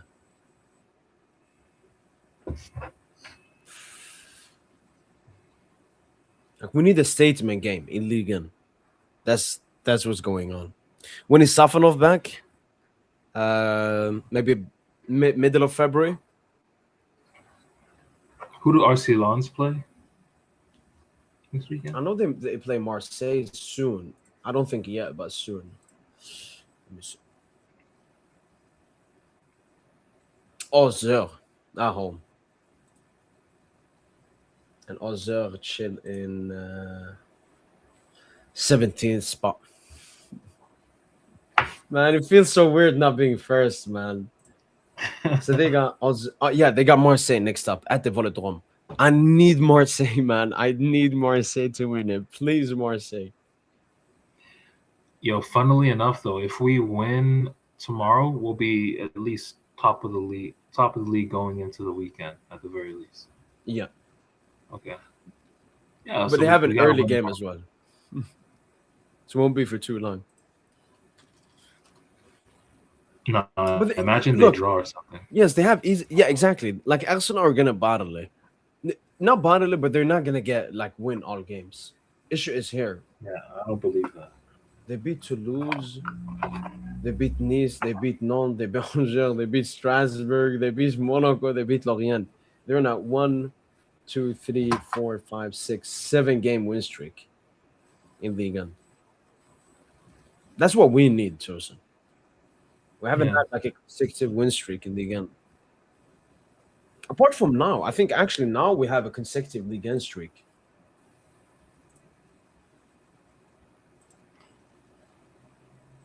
Let's see.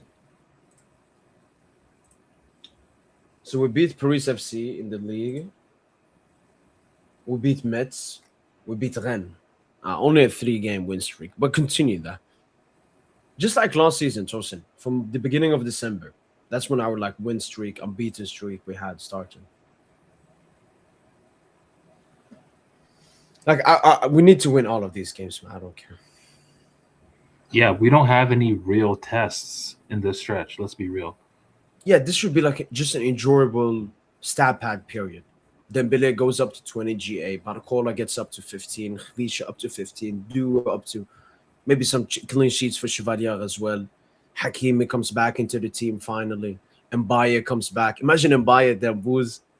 If we don't cook in this stretch, season is over. Okay, okay. I agree with you, Tosin, but like, why you gotta repeat it, man? Like, No, you're right. You're right. Season starts tomorrow. yes, We're sir. getting it. Fuck, man. Um, now French people actually watch Ligue 1. I mean, why would they not? The best league in the world, man. The league that exports to all the other top leagues in Europe. So And generally, go and try to watch a Ligue 1 game. And then honestly, try to watch a I'm Prem also game. African as well. I'm also African as well, and I thought about it. As an African, if you hate Liga, you're actually a coon. If you're an African and you hate Liga, you're a coon because Liga has housed more African footballing legends than any other league in Europe. That's a fact. I mean, That's basically you go every to African AFCON. legend is from Ligue 1. Like, who can Yeah, you think of? AFCON. All of AFCON is just Liga. When I look at it, it's all Liga alumni. Like Yeah, French football is so important. It's like if you hating on Liga and you're an African, you're probably a coon. because one thing I've realized with AFCON, Tosin, is that the two big African colonizers, which is England and France, Tosin, their international sides, Tosin, have become so stacked, like way more stacked than they used to be, Tosin. Which means all the upcoming talents, Tosin, a lot of them are opting to go and play in Africa now. That's why the level in Africa, like Tosin, some teams are so stacked. Ivory Coast, Senegal, Algeria, like all of these in Nigeria, all of these former English or French colonies, Tosin, Yeah, yeah, they're so good now. Like and they will continue to just become better because a lot of them cannot are not good enough to play with France or England. It's just too stacked. yeah, man. Like look at how many players we get the crumbs. But to be fair, on the flip side, there are a lot of fans of like these colonized nations like your Nigerias, your Algerias, your just different teams. I would even go as far to say like your Ghanas, your Yeah, Ivory Coast, where Senegal they're by like. France as well, Ivory Coast. But yeah, these teams though, like the fans of these colonized teams, they're like, I prefer our homegrown players. Like these players that are coming in from different leagues, they're not as good as our home. Like if you're a Nigerian, you're like, man, I prefer when we had Okocha, that he's homegrown. Obi Mikel, homegrown. And I Kanu, understand that. I homegrown. understand that because they are way more patriotic, Yeah, nationalistic, and understand the nation better than, yeah, yeah, someone who's lived in France for 20, 25 years. yeah, yeah. I'm going to be supporting Senegal. Uh, If Morocco win, I'll be happy for Hakimi. That will be the only thing I'll be happy for. If Mbaye wins, I'll be happy for him. Yeah, I really don't care who wins. And Chiara mentioned it. Bouadi audition tomorrow. He was like mid to decent, Tosin, in the recent game we watched together. So, Yeah, but I think he's he's gonna get okay. cooked tomorrow if we do what we're gonna do. Like his price tag will drop by like 5 million. We should be embarrassing him, man. He is a player that Lucho still wants to get though. Campos. True. But you think now with the extension we'll still go for him? Like he could potentially be very expensive. Yeah, that's we're probably gonna the team that gets Buati is probably gonna pay upwards of 60 million euros. Yeah. I'm even gonna go as far as 70. Yeah, 70 million, which is insane for a sitting DM. That's too much, but such is the market. You know,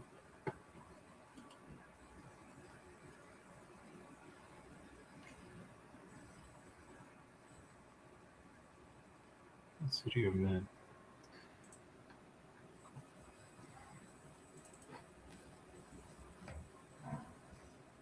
Did you see the Juan Garcia save today, Tosin? It's like we say this every single Barca game. Bro, stop glazing that dude, bro. Nah, because I watched the game with my Barca friend. Last minute of the game, Tosin. Let me show you. Last minute of the game, this second tier Spanish team had an 1v1 opportunity. Yeah, Yeah, this one.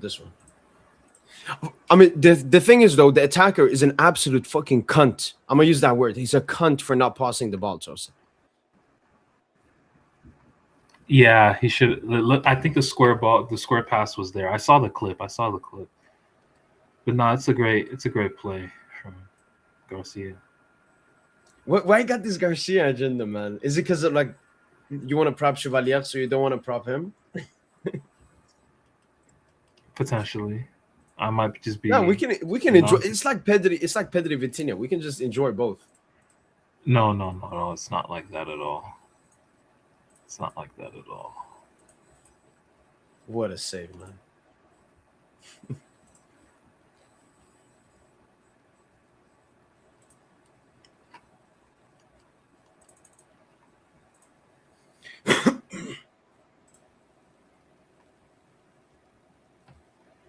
Yeah, he's like a very robust player, Igamane. Oh, Tosin. I watched the Nigeria Morocco game. He did a skill move, Tosin. Yeah, On no, the he's opponent. he's he's very Look, techy. look at the skill move, Tosin. It was absolutely disgusting. Elastico nutmeg, Tosin. I mean, he eventually lost the ball, but when I watched it live, I was like, he's crazy for even trying that, man. Look at that. Oh, shot Yeah, no, went he's a wide off, baller. but great fundamentals. Is he young? 23. A little bit of a late bloomer, maybe. Oh, here's another angle.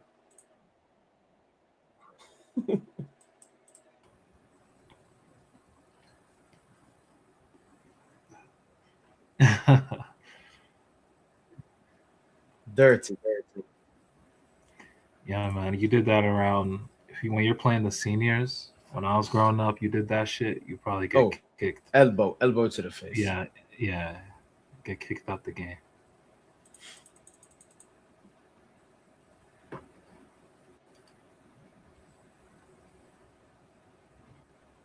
Oh, he missed the penalty.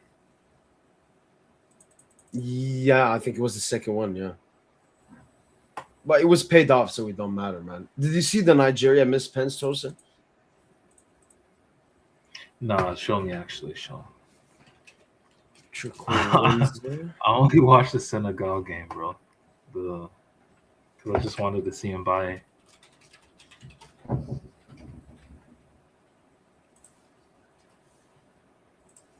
Did Triple Osimhen Wednesday. duck penalties though? I don't know. He got subbed out by the referee. I don't know if. Oh, okay. Okay. So this was the first penalty miss, Chukwueze. Like Tosin, that got to be a rigged, man.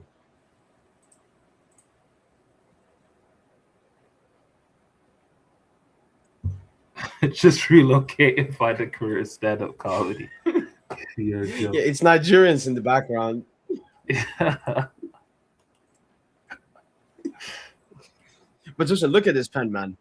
Doesn't it seem paid off, man? Just walking towards it, sees the keeper, goes there, and just launches it easy for him. That's crazy. Now, what Morocco have done, Tosin, is disgusting. Honestly, I've never seen anything like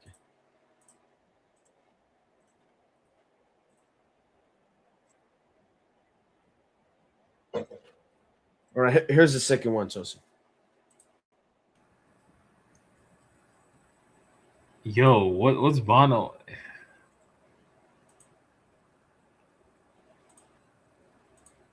Wow.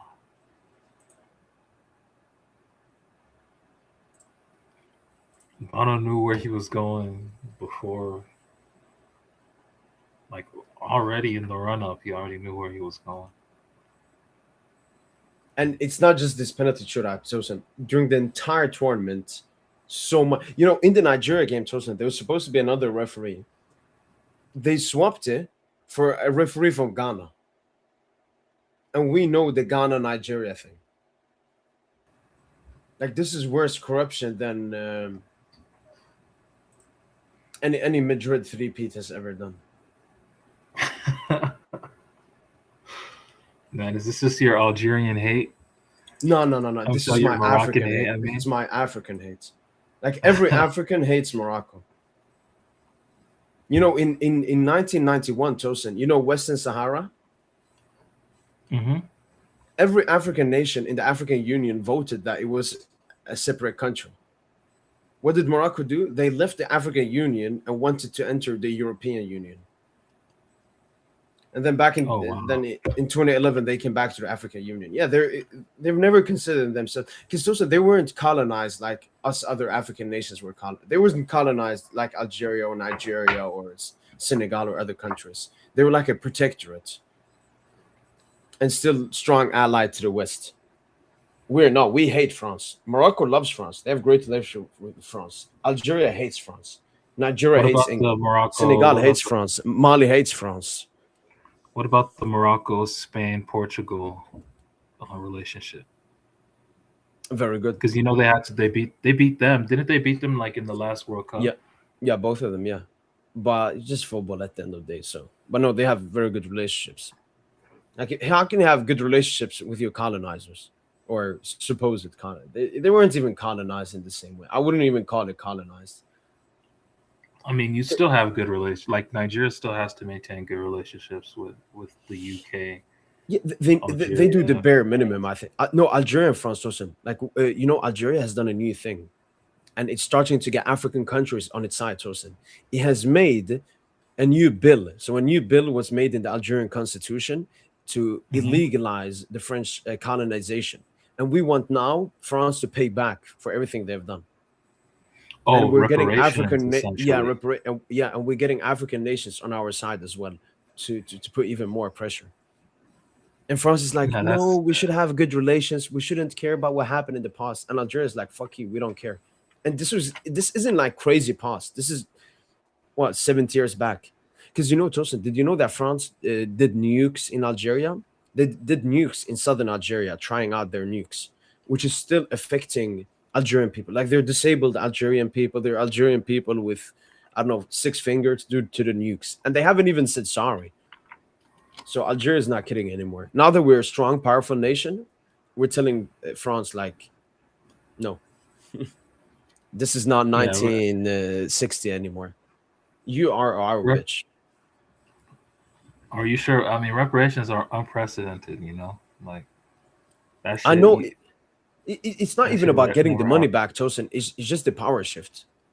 It's the colonized nations telling the colonizer what you did was completely unacceptable, and we will not have a great relationship with you. We will still see you as the dirty colonizer you were. France still hasn't even said sorry, Tosin. There have been some colonized nations that said sorry to the nations they colonized, Tosin. France has never even said sorry. During World War II, Tosin, 1.5 million Algerian soldiers fought for France against Germany in the front lines. We were a major Hmm. part of them winning that war, and they didn't care. So, now times are changing, Tosin. Africa, you know about the Sahel region, Tosin? Mali, Burkina Faso, and Niger. Hmm. All of them have thrown out. For example, Burkina Faso, their leader Adama Traore, he has nationalized their uranium and other resources they have. Like France has still been stealing from Burkina Faso till this day. He made a military coup and has nationalized everything. And they've tried to assassinate him like at least 10 times already. And he's managed to not be assassinated. So, no, Africa now, Tosa, we're standing on strong foot and telling Europe, now you're weak. We're the strong nations. The table has shifted. We're PSG and they're Madrid. They had their history, they had their peak, but it's time for a different one. No, yeah, no, We, Europe is finished. oh, yeah. Are you gonna Especially leave? You gonna go back to the homeland? I mean, Sweden is my homeland as well. So I love Sweden. I want Sweden to improve as a nation. Sweden, thankfully, was not a nation that colonized other nations and did horrific stuff during the 1900s. So I don't have that feeling. For me, why I would potentially leave Sweden is raising children. I mean, you can't raise children here. You legit can't. They will teach them about LGBTQ when their brain hasn't even evolved. So like, why the fuck would I let my children go through that? No, no, Yeah, no, it's no. It's like he's a genius, man. He's a massive genius, man. no, that's crazy. Yo, what did you make of the Algerian who mocked the Lumumba Yeah, at the Amora. BR? That was Amora as Yeah, well. yeah. That was your boy Amora, man. I, Very I insensitive. like I know Amora from what I know, Tosin. Like he's a good guy, and I think he didn't mean anything bad with it. Especially Lubumba Tosin. He was huge in Algeria's independence in 1964 from France as well. He helped us massively. So he's a Mm. historical figure. Amora later on went to Instagram and apologized. And actually, after the game, Tosin, The the Algerian Algerian FA. FA Yeah. invited him to the dressing room. And we even have I think we have a highway or something called named after him in Algeria as well, because of the great stuff he did for us back in the day. So Algeria as a nation, Algeria as a people, never disrespectful towards. It was just like a joke thing. He'd been standing there. Amora just went to him, laid down, but he understood his issue and apologized after. It was just banter, but he shouldn't have done it, knowing the historical figure Lutumba was, what he did for all African nations, including Algeria. I mean, he was Yeah, fucking beheaded by the Belgium colonizers. Filthy nation. Now, fuck yeah, Europe, man. Belgium. Yeah, now what Belgium did to the Congo is like they violate they went beyond like human rights violations. That's just it's Yeah, wickedness. It's they wickedness. were cutting hands of people that trying to flee, like the slave place. They're cutting their hands, cutting their limbs, cutting their feet, killing their children. I think they killed over like 20 million Congolese. But we should still, Tosin, mourn about supposed 6 million Jews. Let's mourn about them, man. It's 2026, but it's still a relevant topic. You sure it was 6 million? No, that's why I said the supposed. Like, there's more proof that 20 million Congolese got killed by King Leopold of Belgium than there's more proof that 6 million Jews were killed by the German in the Holocaust. Yeah, man, it's insane, dude. That's what happens with Liverpool countries, but Arabian countries are not. No clue what that means. Did you see that Stewart were taking Nigerians? Goalkeeper's towel. Yeah, I saw that, Tosin.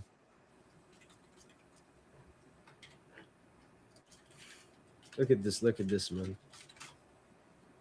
They're not part of us. I don't consider them to be Africans. Look at this filthiness, Tosin. They were taking his fucking town. The Nigerian goalkeeper's town. Wow, just so he couldn't like wipe off sweat or what? Yeah, yeah. Here he brought another one and said "fuck you" to them. Look what they do. They start laughing and then they take it again. Another one. And Tosin, these are not fans or something. These are like administrators.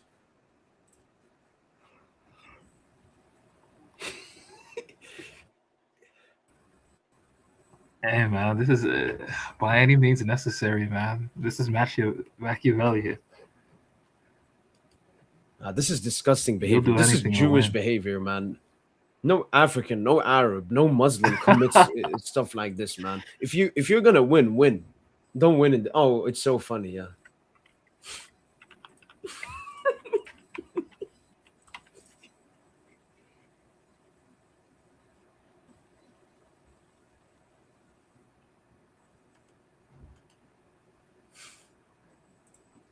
Yeah, and he's just laughing. They're all laughing. Yeah, it's so funny. It's so funny, man. Now I need Senegal to win, man. I need Senegal to win. Oh yeah. Look, for me, Alpha Barry, the most important thing is freedom. Even in Algeria, let's take Algeria as an example. If you don't want the school to, I mean, we don't indoctrinate kids in school. We just teach them, what a school is supposed to do. But in Algeria, if you don't want to take your kids to school, you can do that. You can talk with the government, you can talk with the school and say, for certain reasons, I don't want my kids to be in school. And they will tell you, okay, fine by me. In Sweden, it's a law that your kids have to go to school until the age of 18. So there's no freedom here. So for me, the issue has always been freedom. There's less freedom in European Western countries than there is in Mhm. communist China. So for me, it's always about the freedom. And there is no freedom left here in Western Europe. If you don't do like they want you to do, they will take your children, Tosin. In Sweden, if you don't let your kids go to school for obvious reasons, they will take the kids away from you. And that is completely unacceptable for anybody.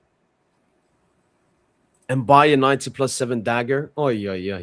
The only bad thing is obviously Hakimi will be massively depressed, but hopefully he turns that into hunger to win back to back. Well, Mbaye doing that, and he's like half Moroccan or part Yeah, yeah, Moroccan he's or half something. Moroccan as well. Ooh, yeah, that's the narrative, man. That's the narrative. That'd be fire, dude. Why do you guys hate Jews? Uh, It's really simple because they hate us. I think over 90% of, obviously 100% of Jews believe in the Torah, which is the Old Testament, but over 90% of Jews believe in the Talmud. And you can go for yourself and read stuff that is said in the Talmud. I don't need to say it here. You can go read what the Talmud says. I can just tell you one thing. They call us Goyim. Goyim is the word for non-Jew. They in the Talmud, it's clearly written, which majority of Jews believe in, that goyims, non-Jews, are subhuman. That's why, for example, Israel is committing the crimes it's doing in Palestine because it sees the Palestinian people as subhuman. So the reason I hate Jews is because Jews hate us. They are the ones being racist. They call themselves a special people. Imagine if white people called themselves, we are the special people of God. Imagine if black people called themselves, we're the special people of God. That is massively racist. But because it's Jews, it's completely normal. I think everyone does it though. Every No, race we has no no that no no, Tosin. special We people. no, like in Islam, we say obviously Muslims are seen in better light in front of God. Muslims, it's an ideology, Tosin. It's not something you're No, isn't born it? with. Okay. It's not ethnicity thing. It's an ideology thing. If you believe in God and the prophets and living a moral life, then God likes you. In Judaism, it's if you're part of that ethnicity. And we for example, Tosin, one of the funniest thing is usury. Usury is forbidden in Islam and Christianity. And even in Judaism, Tosin, you can't do usury to another Jew. Why? Because they know it's a bad thing. You're abusing people, but you can do usury to a non-Jew.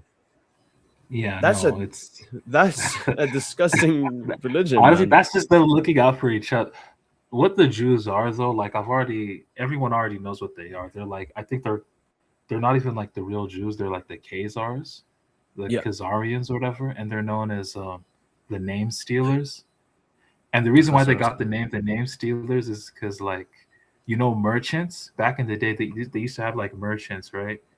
And Yeah, they would go to their land to try to get to places like China and shit, just places further east, just to do trade, yeah. right? So merchants would come in, Like they would via the pass through Silk their Road, for land. example. Yeah. So the Khazarians, they would like meet these merchants. They would welcome them with open arms, right? They would bring them into their homes, like, hey, come on, pull up. They would feed them. They would get them drunk, get all the information they could find, like, hey, Mr. Merchant, let me find out the details of this trade you're trying to do. Where are you Yeah, yeah, going? yeah, Do yeah. you need help? Let me know the name and history, ha ha ha ha. And then what happens next?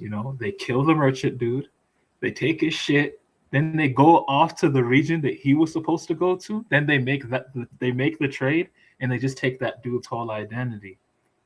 And Mm. that's what they do. They take that merchant's identity, they make the trade, although there's no evidence of the trade happening because the real merchant is gone, right? So the trail's gone, body's gone, and that was their bag. Like that was the so-called Jewish people's bag. Like, and then they just expanded that shit to infiltrating populations, gaining States. power, yeah, and then I getting mean, financial. Like London is the financial capital of the yep. world. And think about it, Like, Tosin. Muslims couldn't do usury. Christians back in the day, when they actually followed their religion, Tosin, they couldn't do usury. It was completely forbidden in the religion. But who could do usury? It was the Jews. That's why all the bankers, Rothschild, and other ones are Jewish because they could do usury, and they used that on a large scale in all of the world wars. Napoleon, for example, Tosin, when he was fighting the English, the Rothschild family was mhm. giving money to the English and the French at the same time, so they would win no matter what. They Yeah, want that is true. war because they will That's make what they money do. for it. They'll fund both sides. They fund both sides. Yeah, and Yeah, that's you why I fund both believe sides we don't even essentially. have maybe to say the Jews, but I think it's them. But like all both the world wars, Tosin, was pushed forward by them because the bankers they love war, Tosin, because you make money. Because nations have to take huge dips to go into Yeah, wars. yeah, no. Like even American industrialists and all that, like they do the same thing. Yeah, yeah, Like yeah, they'll exactly. fund America both is sides. like a They'll fund the military left. They'll fund the complex. right. Yeah, Yeah, yeah. Military complex, capital of the world, Washington D.C., financial capital of the world, London. yeah. Um, and then I don't know where the other capital. Oh, the Switzerland, Tosin, spiritual in capital. Switzerland. Spiritual capital is the Vatican City, and then Switzerland, Geneva is just a wicked place. That's where Satan is, bro. Yeah, You because think Switzerland is in the all cool Switzerland because banks, they're Tosin, neutral? Switzerland they pretend don't. like they're In neutral and Switzerland shit. banks, Tosin, they basically have no laws in their bank, No laws, dude. so you can And then like, they have the WHO there, right? They have yeah, the yeah, World yeah. Economic Forum there. They World have Health all these, Organization, Bill yup, Gates, all the yup. filthiness. In Geneva, I think it's in Geneva, Switzerland too. Like, Yeah, and what did and they do? They just pump nanolipids. They pretty much sanctioned people pumping nanolipids into people's bodies, you know, because of COVID and 6 years ago, man. Just hey, no, disgusting. listen, They sanctioned that in they never Switzerland. freeze money. They never do that. But Maduro, when he was abducted by America, they freezed his assets in the Swiss bank. They Yeah, that's freezed bullshit, bro. Gaddafi's money in the Bullshit. Swiss bank as well during the Bullshit. 2011 civil war, which is Yeah, man, that's completely bullshit. illegal. It's absolute bullshit, man. And Felix says here, Int is not getting a brand new deal with Israeli hate. Look, Felix, I'm saying this to you and everybody watching this video. If anybody supports the Zionist illegal state of Israel, I have no respect for you. Because what they have committed since 1945, since their illegal inception, I mean, it has to be the most horrific, immoral state of all time. Bro, like, did you know what I learned? Like, Like, did you know that stop this. you know H-man, uh, Hitler. He was, this guy, he was actually more an asset to intelligence. He was an offspring of the Rothschild. Who's Did that? you know Actually, that? I don't know what that is. Hitler, Adolf. Oh, oh, Do you know he was an offspring of the Rothschild, dude? yeah, probably. I mean, he was partially Jew through his mother's lineage. Came from Austria as Yeah, he well. had E1B1B or something. That's the haplogroup. He was actually Jewish too. Did you like? That's actually nuts. Like his real last name is like Schickelgruber, and his grandfather, Alois Schickelgruber, was like an illegitimate son of a Rothschild. So Hitler, he was nothing more than an asset. They just used him to destabilize Germany so that they could create like a pretext to give the state of Israel to the Jews so that they could move there. It's called the British Mandate. Like Hitler was just a pawn. He was always a pawn, bro, for Israel. like he's actually a fraud, man. Like he's actually Times Man of the Century. Are you serious? Yeah, Tosin. Another thing I can add to you is after World War One, that's where they made the Balfour Declaration of the creation of a Jewish state in Israel. But they asked the Jews, Tosin, to move to Israel. Majority of the Jews said no because it's illegal according to their religion to have a Jewish state before the Messiah arrives, or they believed in Messiah. But what happened, Tosin, during World War II? Horrific crimes against them. And then the Jews were like, you know what? It's better creating a nation and going against our religion than getting killed and dying and all of this bad stuff happening to us. So, no, you're 100% right, Tosin. It was a pawn to create the Jewish Zionist illegal states of Israel, which is since then Yeah, has and even makes after it. World War I, like you said, like World War I, like after Germany lost, they had like the Treaty of Versailles or something. Yeah, So they were trillions of dollars. Germany's was trillions of dollars in debt. Like so they plunged them into such deep debt that they already knew that World War II was just a matter of time. And yeah, so they just bring in exactly. the Like industry plan. the what was it called? The Versailles Treaty, Tosin. Yeah. They knew when they made that treaty that Germany's not going to accept this is going to corrupt the nation and anger all of the people, leave And them lead go to jobless and another war. homeless. Lead to another war, essentially.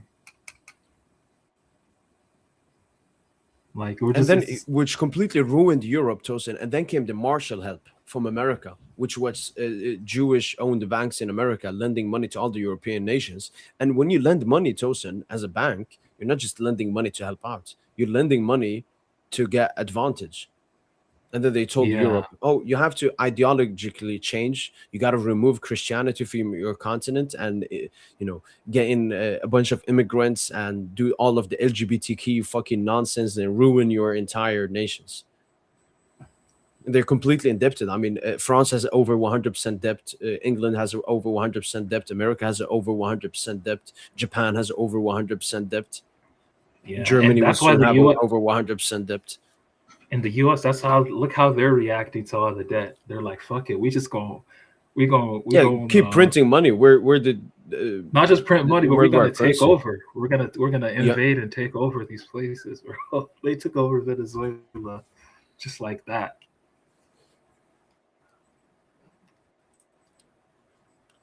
I mean, Felix, I would probably say Israel don't see themselves as evils. As I told you, most Jews believe that every goyim is supposed to be submissive to the Jews, and they're supposed to control the world in an immoral way. So they Bro, don't even believe what they're Israel, doing bro, is immoral. even Israel themselves, bro, they have a law. Like they have a law where it's like, if you're in office, if you're in political office, you cannot accept, gifts. Whereas Bibi Netanyahu, him and his wife, like there's a documentary on this. It's called like the Bibi Files, and it's pretty much chronicling like all his corruption case, like his corruption case. And it's so funny that that documentary is chronicling, his his bouts with different corruption relating to bribery, theft, and all that. Yeah, And just this past week, the judge for his corruption case. Yeah, yeah, he got killed in the highway. Gets killed. He was just cycling and a car rammed into him.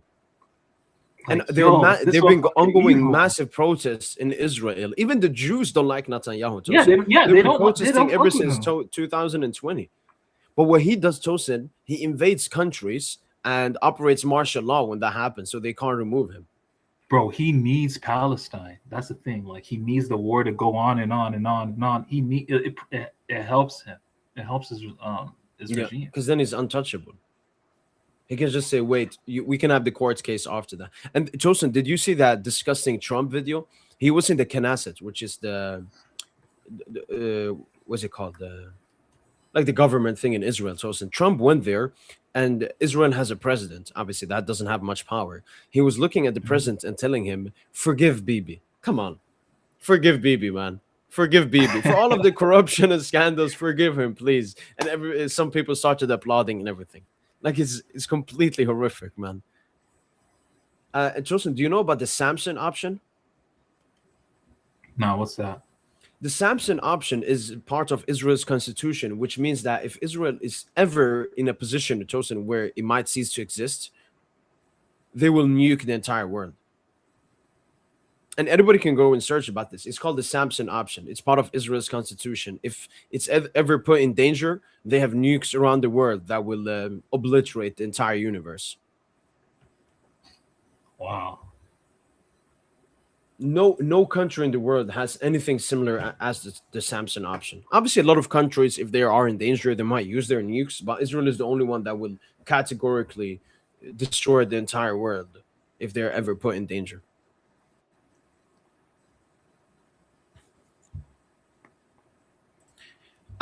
Completely understandable from an American imperialistic perspective. Uh, that's all I gotta say. America are insecure that Russia and China are so strong, and America wants to show that it's powerful. But the more the U.S. shows it's powerful, the more the world starts hating on the U.S. and stops respecting the U.S. So they call this because every empire starts off, has a peak, and then goes down. You can look at the Roman Empire, the British Empire, the Dutch Empire, the French Empire. Every single empire has a beginning, a peak, and an end. And when a major empire, especially hegemony like America, just like the Roman Hmm. Empire, it's basically called self-suicide, Tosin. A big empire, basically, because he can't accept that it's going to lose its superpower status, Tosin, it self-suicides itself. I mean, the invasion of Venezuela, Tosin, not invasion, but the capture of Maduro, Tosin, it was a PR disaster. And No, the it was for Greenland sure. stuff is another PR disaster. Like Europe is like, wait, is Russia really our enemy? Should we still be cooperating and being absolute cucks to America? So no, America is just self-suiciding itself in front of the world, and everybody's laughing. Now China looks like the diplomatic freedom fighter of the world. Russia looks, I don't know, okay now with America doing everything they did. Yeah, Horrific. Russia looked like saints. Yeah, no, and yeah, so the U.S. is just self-suiciding itself, and they have no control over it. Because it's not actually America that decides. What's going on with Russia and Ukraine? Like, what's going on with that shit at this point?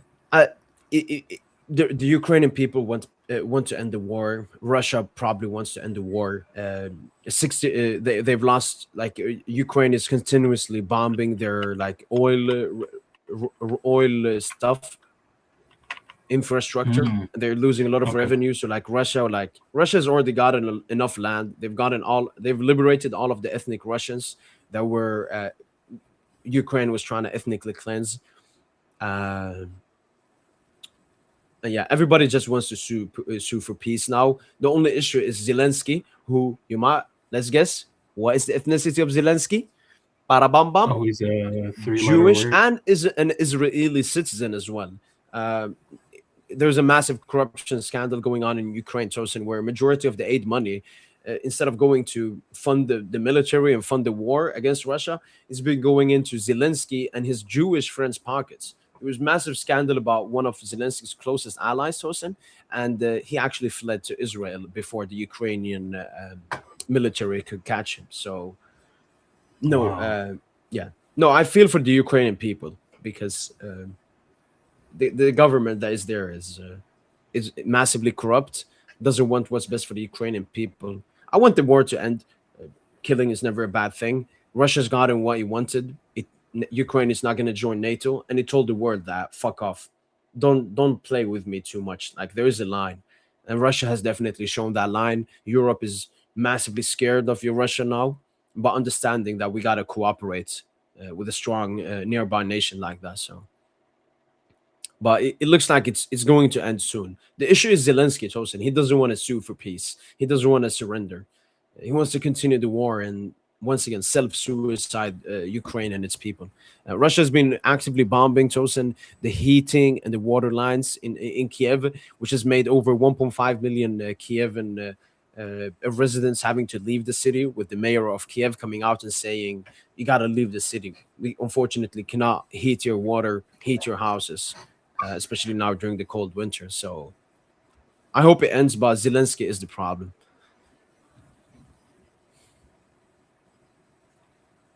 Yeah. I, the reason why I asked about the Ukraine thing is because it's just a fascinating country. Like, because sometimes there could just be a war, and then other times there could be something More like than a going war. more than a war, right? Like the U.S., they're like, oh, we want to invade Iraq because Saddam has weapons of mass destruction. No, no, you don't. Like No, you you just want to invaded Iraq, destabilize a strong nation and that could potentially yeah, counter Israel, and you just raided the like Iran. temples, and you raided the temples because apparently the Gilgamesh's tomb was in Iraq, and Gilgamesh was some giant from back in the day, or Nimrod or From something. like the Babylonian time, Yeah, like Mesopotamia. Yeah. that's why you went in there.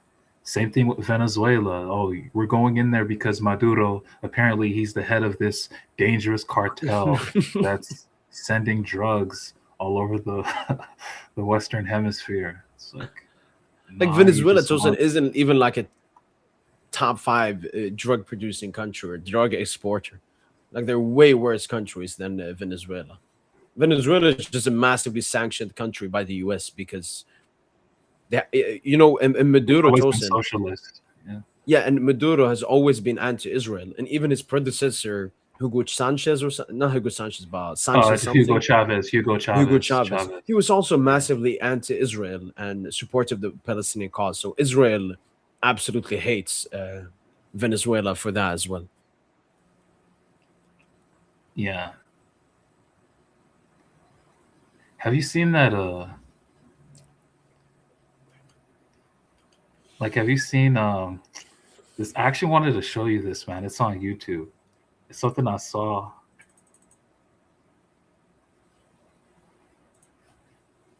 It's called like cat. I mean, wait. Let me just type it. I'm gonna just type it No, no, no. because Send I it to think me it on. has something to do with Ukraine, bro. Okay.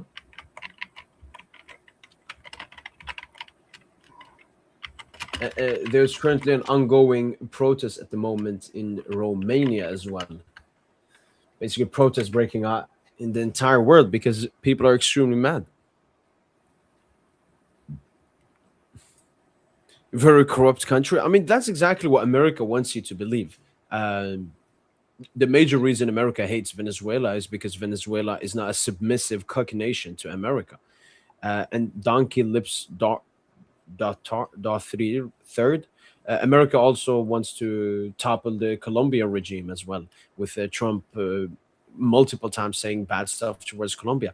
And Donkey, you have to understand one thing. For example, when the U.S. invaded Afghanistan, w- one major reason they did also for that is because Afghanistan produces over 90% of the opium in the world.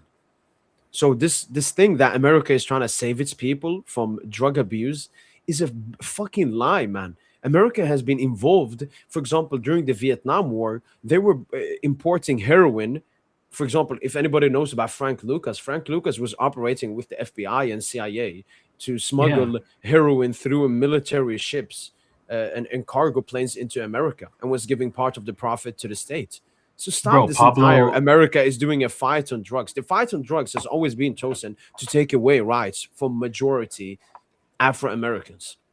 That's what the drugs on war has been. It's been to basically remove the It's just a rights of Afro pretext Americans. it's a pretext to actually attack the communities, their communities.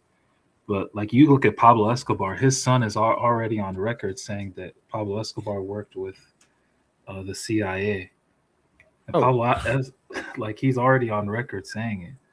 And unfortunately, Pablo Escobar's downfall was, you know, he he wanted to get into politics. If he just played his role, if he just played his role, like you know, the American government wouldn't have disposed of him.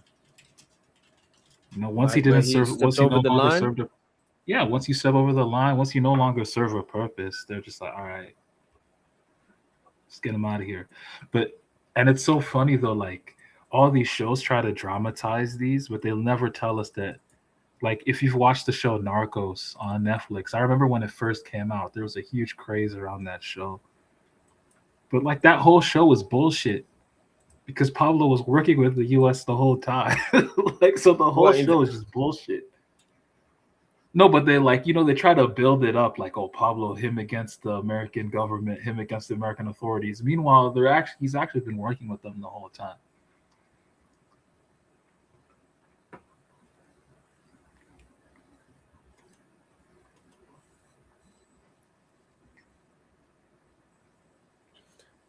Joseph, it's a little bit too much, but I will definitely read this after the stream, and then we may discuss it tomorrow or something. But Yeah, I yeah, want to no, know more about this stuff, man. Thank you. yeah, no, it's crazy, dude. Just for people, like it's called like some YouTube channel by the name of Mind Unveiled did a video on something called Cabbage Patch Babies, and apparently, like a lot of these kids, like apparently they get grown. Do you know the first ever movie was a French movie, and it had this idea of Cabbage Patch Babies? But yeah, it's Mind Unveiled. It's some YouTube channel, and it covers it all, bro. It's the craziest shit. But how it ties in with Ukraine is that the in Nazi Germany, apparently everyone knows about Project Paperclip, where Nazi scientists went over to the U.S.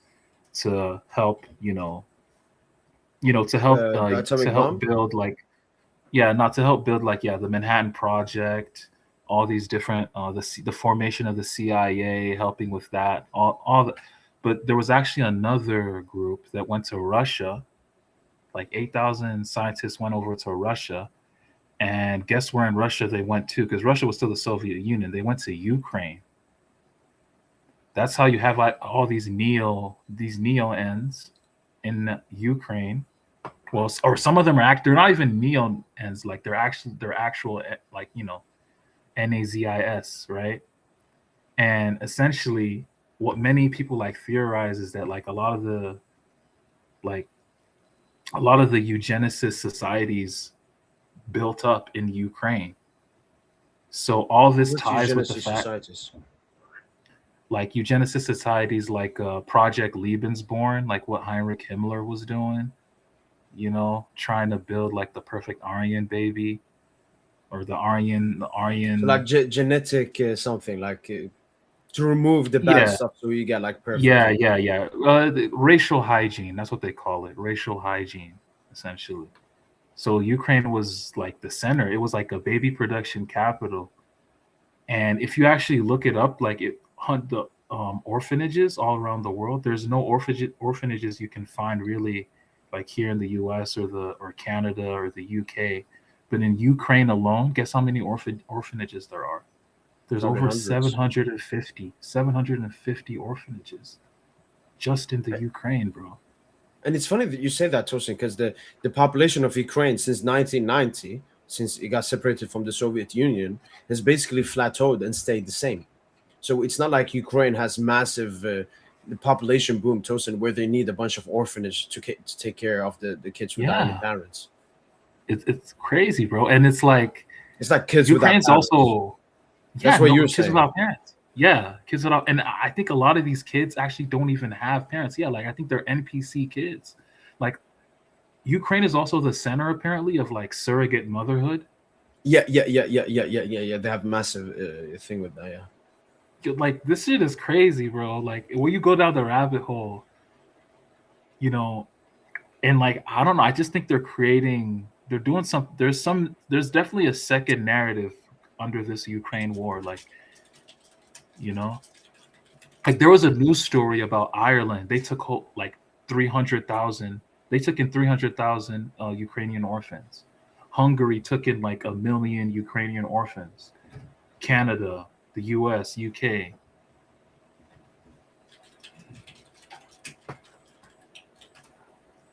Like, No, what the I hell is just going on in the Ukraine, I've man? even seen like a lot of it is like, you know, a lot of the Khazars when the empire fell. Obviously, a lot of them went with went to Poland and Germany and stuff, but a lot of them went to Ukraine as well. Like there is stuff, Chosen, as you said, we don't know, Chosen. It's more Yeah, than no, just Russia wants a little bit of land and they're fighting for it and all of that. It's much deeper and yeah, darker than that. it's much deeper. Yeah, it's definitely much deeper, bro. It's crazy. Do you think? Because Chosen, like with me being a religious person, I believe nothing is a coincidence. You know, they say, you know, an ape becoming a human, that was just a coincidence, human evolution and all of that No, fucking evolution is garbage. bullshit. Yeah, it's bullshit. So Chernobyl, Tosin, Hmm. was it something? Was it just, you know, they made a mistake in Chernobyl? Or was it actually something that we don't know about? Yeah, I don't know, man. Like, I like Because now when did you talk people? about Ukraine, I'm thinking about that now. Maybe Chernobyl was something we don't know about. You're right, and it happened right in the Ukraine as well, right? Yeah. That's where, yeah. And now You no definitely got no to look person into it. can go to that place because it's Have you seen the supposedly Have you seen the show? massively Have you seen the toxic and show? stuff. Have you seen the show? No. Um, no, it's a mini series actually. It's really good, really really good. But in the show, a bunch of the people that were in those, highly radioactive areas, they died within 5 years or less. Yep. I don't know if that's the case. There are some like theories that nukes aren't real, like nuclear Yeah. I've energy heard is that one. not Yeah, real. yeah. Yeah, That like when they show like Nagasaki and Hiroshima, Tosin, it's massively similar to the bombings they did in Tokyo and stuff. yeah. Basically, Like if Nagasaki, the supposed nuke is just a massive bomb. yeah, like when you look at the half life of Nagasaki is now a city, plutonium, Tosin. People live there. yeah, yeah. When you look at the half life of like that it should still be radioactive till this day. Technically, it should still be. No one. It should not be in living conditions. No one Yeah, should be because there. It should be people can't desolate. go to Chernobyl.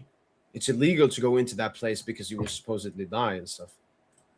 Should we go there, Tosin? Make a vlog? PSG in Chernobyl. We're looking for Zabarny. We're looking for Zabarny. Yo, Ilya might be an NPC, man. Maybe that's why he stinks.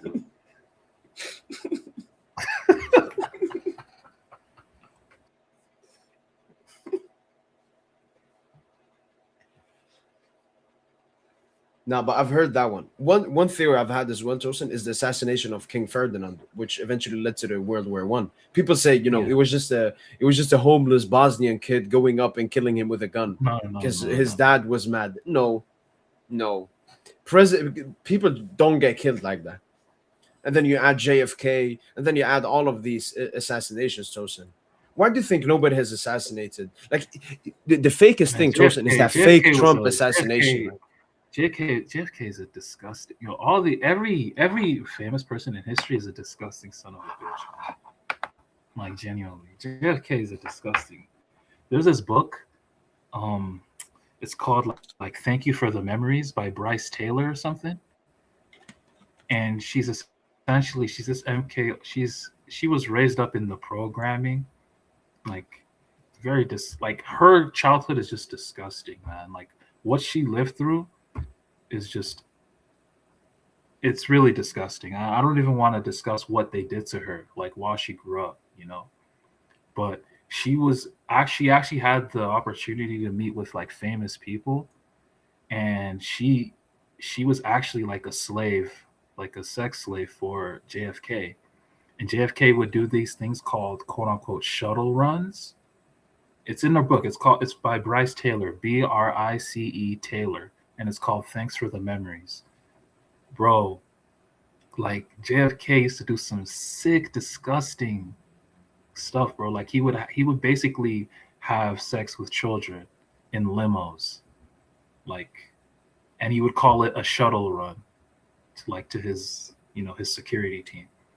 Like it's just disgusting stuff. And then Wait, JFK so Jr., like his son, I think in the 90s, I just saw this on Twitter on the timeline today. And JFK Jr., he's on Jay Leno, one of those like late night TV shows, and they're joking about pizza and they're talking about Monica Lewinsky. They're saying, "Oh, this is Monica Lewinsky's letter." Monica Lewinsky was the woman who got involved in um, the controversy with Bill Clinton, you know, this in back in the 90s. yeah, yeah, yeah, But yeah, yeah. they're talking. Yeah, so JFK Jr. He's talking about Monica Lewinsky's poem that she wrote when she was 9, and he references pizza like throughout, like, and they're laughing at it.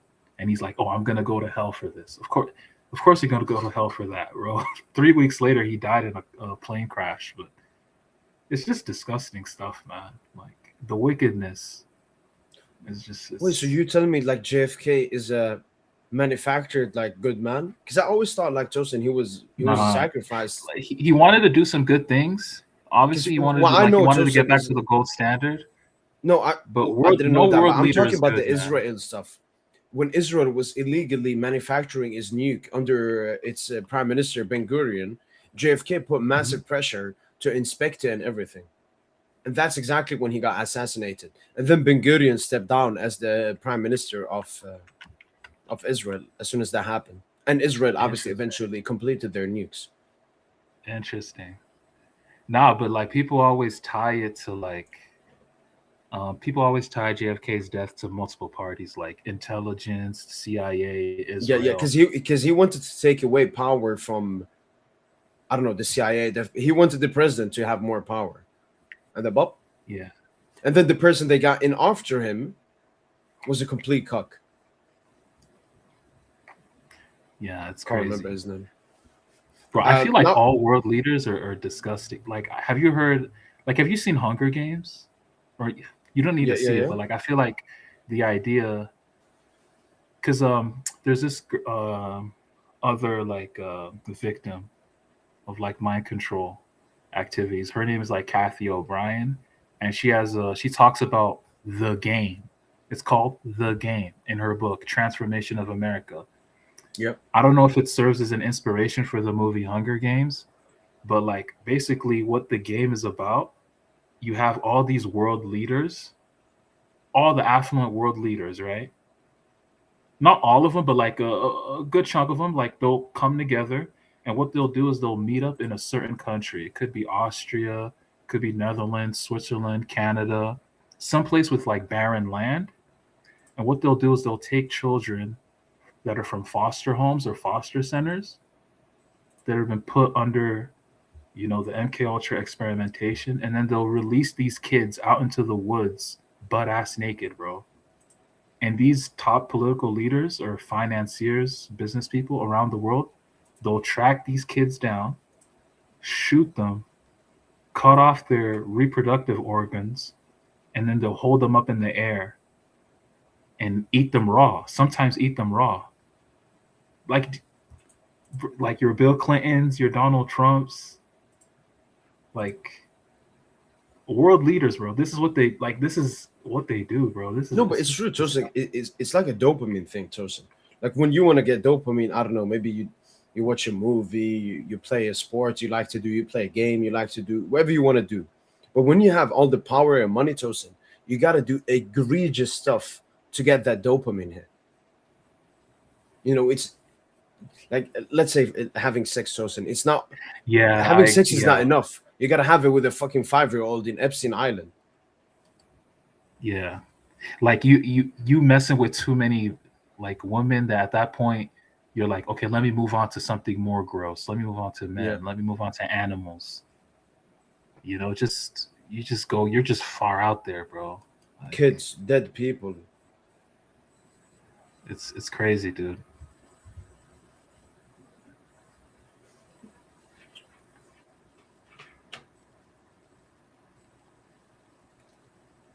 Tosin, they got me, man. Oh shit! Did you get? Did you Nah, just camera that. There nah, was man. Halima mentions here good stuff. Thing Tosin. Let me show you this Tosin. Algeria GDP military, and this is something obviously that makes me massively scared. Tosin, look at this. So this is the Algerian military Oh GDP, Tosin, and look at this. So in 2022, we're spending 4.1% of our GDP on military, which is still high. yeah, Now we're spending 7.4, Tosin, which is I think top four in the world. Here's the picture. So these are the nations like Ukraine, Tosin, and Russia. They are in a war. It's usual then to have a higher military budget. Israel is obviously yeah. in an ongoing genocide, and in a very destabilized Middle East region. Same with Saudi Arabia, and then you got Algeria with 8%. Tosin. It feels like Algeria knows something is going to happen soon. What are the biggest African military groups right now? I feel like we're in there too. I feel like Nigeria's in there. Can you see an African Damn, we're nation? not in there. Damn, I don't think. Not a single African nation, Tosin, above 0.7%. Algeria being the only African nation. Damn, y'all ready to smoke something? No, we're ready to potentially get smoked, but we want to be prepared, man. We just bought Su-57, which is the fifth generation fighter jets from Russia. Wow, Russia out here supplying. Yeah, but do you know why we got them, Tosin? Because Morocco got the brand new F-35 and F-15 from America. Oh wow. And obviously, Morocco in 2021 made a very controversial treaty, Tosin, with Israel. And their Moroccan military forces train alongside the IDF. They've made three separate military training sessions with the same IDF soldiers that are slaughtering the kids and humans in Gaza. Like that's why I despise Morocco, Tosin. Yes, there are a lot of good people in Morocco. My brother, same culture, same ethnicity, same religion, but their state, Tosin, is a Jewish state. I call them the Israel of Africa. And what they're doing now in the AFCON doesn't surprise me at all because I mean they have no backbone at all. And I'm genuinely scared, Tosin. They recently brought in a lot of. They're trying to create like a terrorist group in Algeria. They funded them with a lot of money and weapons. They even wanted to train them with the IDF. Algeria thankfully caught them, and all of it are set to face trial, Tosin. And the scariest thing, Tosin, is my family, where I'm from in Algeria, is right on the border to Morocco. And I'm very scared that something happens to my family from Morocco. And one funny thing that a lot of people don't know, Tosin, is when we got our independence in 1964, 1 year after Mhm. Morocco invaded us, which is To conquer completely or what? fucking yeah. Wow. Because they saw us as vulnerable and weak. Thank God the Soviet Union supplied us and helped us throughout our independence and during the Sand War. But no, Morocco, it's also they sold their soul long time ago, and now imagine making a deal with fucking Israel, man. So yeah, that's why we're spending insane money on military because Morocco is basically an Israel American proxy nation right on our border. And what one thing I've said, Tosin, is I would rather attack first than having to defend. But it's a controversial thing. Yeah, no. Attacking first though is Yeah, I know. it's risky. Or Tosin, it's that they're doing all of this to force us to attack first, like to make a mistake, because then the They're world will try- be against us. So we gotta stay calm, I guess. Who's But like I'm your massive. greatest leader? Who's Algeria's greatest ever leader? So we had the revolution in 2020, Tosin, and we have a new president called Tebboune. And ever since he came into office, Algeria has been we've been amazing, On the basically. We're trying to build a railroad to Niger, Burkina Faso, and Mali to help them become economically stronger and obviously help us. They have massive resources now. They've taken away from France, and they would basically mine it, send it to Algeria. We like industrialize it, and then we sell it to Europe, and everyone makes profits off that. Algeria has always been a pan-African nation, doing everything best for itself and all African nations. So, but there's one dude, if you ever wanna, an Algerian. This is who he is. He's called Houari Boumediene, and he was assassinated in a cinema in Algeria, which tells me he was probably someone those people didn't like. And he was a very strong minister. Was it military? Oh, he was a military officer. Okay, but was he murdered by military?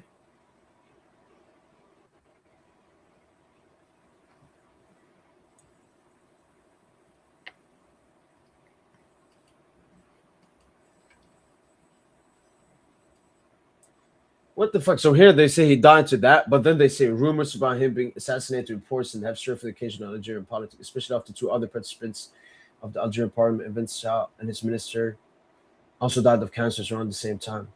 Left a power vacuum in Algeria, which could not easily be filled.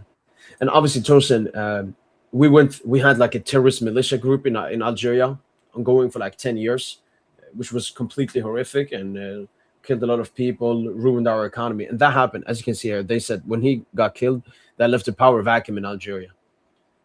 Wow. And as you can see, here's a picture of Tosin. He was with Gaddafi. If we search Boumediene, and then we search Saddam, he was in the negotiation, as you can see, between the Shah and Saddam, a major negotiator. So he was a great man that was respected worldwide. Had a great relationship with Olof Palme, who was a very famous Swedish minister. Also got assassinated in Sweden. So yeah, that's our strongest dude. But yeah, we're strong now, Tosin. We're the strongest African country. We're the most stable African country. But I know that they don't like that, Tosin. So yeah. Man, it's crazy, man. We in war season, bro. Yeah, I mean, I guess it's entertaining because of how dead the world was before.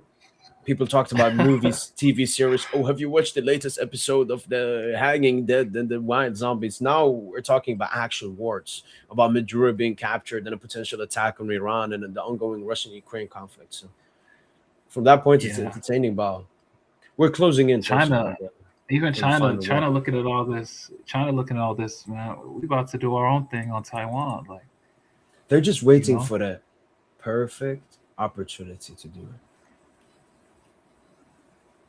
Bro, China, man. Did you know? I saw a stat, like a random stat. Like China, they have like a significant lead in research, in like 37 out of 44 tracked technologies over the U.S. Like they lead the U.S. in 37 of 44 technologies. So that's like in areas like advanced aircraft engines, synthetic biology. 5G, 6G communications, all that shit. AI, robotics. They're the first nation, I think, that have created like a neutron nuclear bomb. They will become the first nation to have six generation fighter jets as well. Insane. So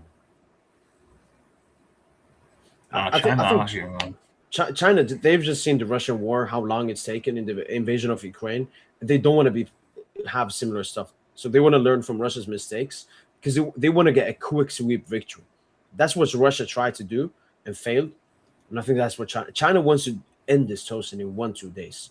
So America can't retaliate, and it will be too late. Intervene. Yeah. Yeah. So, but when that happens, then the world is cooked. Because then you basically have all the three superpowers in the world invading, killing. Would it, just as casual, world citizens, like where do we stand in all of this? Like, are we going to be casualties of war? It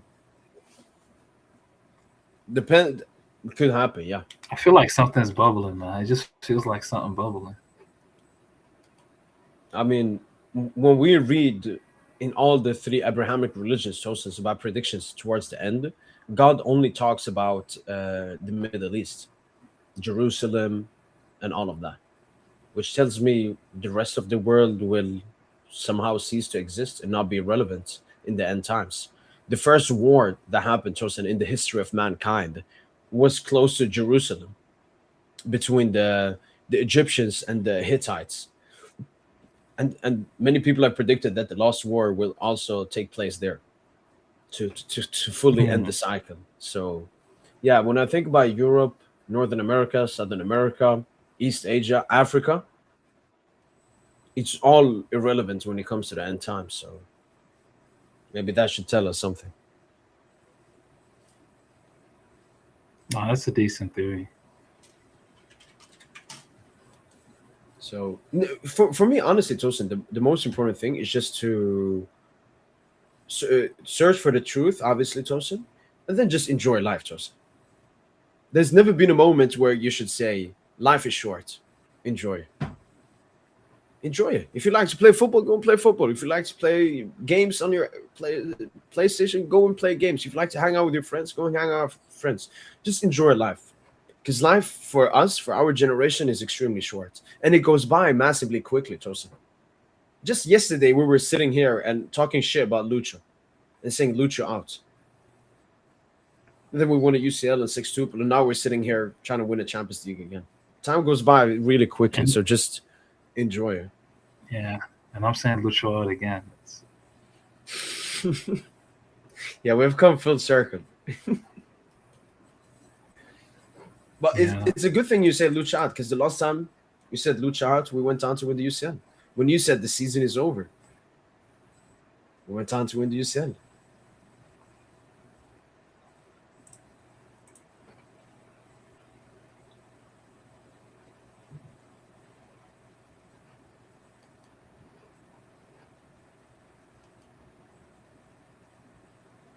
Africa would be so different if Gaddafi was still alive. Yeah, for sure. You know, Gaddafi, Tosin, one thing he wanted to do is he wanted to like drill massive holes into the earth, because Africa, Tosin, yes, on the surface we don't have that much water, but underneath, Tosin, there is massive water reserves, unlimited water reserves. And he wanted basically to create a manufactured lake and all of that. He also obviously backed Africa to create an African currency to compete with the euros and the dollar and the yen. He was a massive, strong Pan African, despite his invasion of Chad. But obviously, that never got to fruition, and NATO assassinated him. When Arteta wins a trophy, just know. And I think, chosen the World Cup in America, calendar year 2026. I don't know. I just hear a ringing alarm bell, Tosin. It does not look good. I don't know if you've seen the latest thing, Tosin, but Trump has banned every single African nation from getting visas to come to the US. So all African fans that would be in the US are Africans that live outside of Africa. He's basically banned the entire continent of Africa um, joining and enjoying the upcoming World Cup. Yeah, I saw that. Like the average ticket is 8K. Really expensive. Yeah, no, a lot of people have. So I think over 20K people have sold their tickets already. So some boycotting the World Cup, mostly because of what America is doing in its foreign policy. But yeah, I think this World Cup, Tosin, it would not be about the football that would be played, Tosin. This would be a political World Cup, the first one.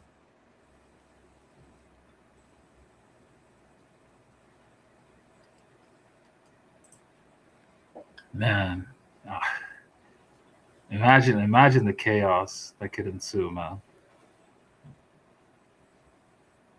And that's why, Tosin, I just say enjoy life, man. I don't know, Tosin. The more unstable the world has become, the happier I've become, Tosin. Oh, Because you no, it's just I hate this world we live in, Tosin, and I'm happy that we're gonna get a world reset. I'm tired. I'm tired of the Jews controlling the fucking world. I'm tired of fucking freedom being taken away. I'm tired of us humans becoming slaves. I'm tired of our living standard fucking being absolute hell. America's GDP has never been higher, Tosin, but the American people has never been poorer. Make that make sense. The European GDP has never been higher, but the European people have never been poorer. Make that make sense. I'm tired of this fucking world we live in. Every single day, I see fucking videos from fucking No Gaza, one's producing Israel, shit. fucking disgustingly genociding my fucking brothers and sisters. But nobody's doing against something against it. Quite the opposite, Toasted. They still talk about October 7th.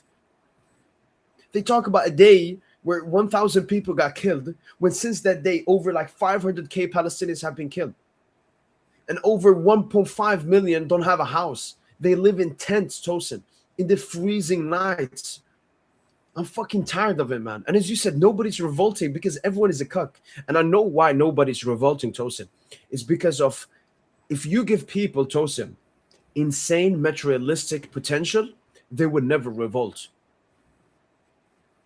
Now everything is accessible, Tosin. Everybody has internet. Why would you revolt? You have internet. You can watch whatever series you want. You can waste all the time you want in life. Why would you revolt? Everybody's so comfortable in their life, Tosin. But that was always got to change. Look at America, Tosin, what ICE are doing, killing American people. You have a Gestapo running around in your nation, killing your civilians. And then you have Trump and his allies saying that those people that got killed were terrorists and deserved to be killed. A mother was shot, not a mother, lesbian, she was shot 3 times in the head.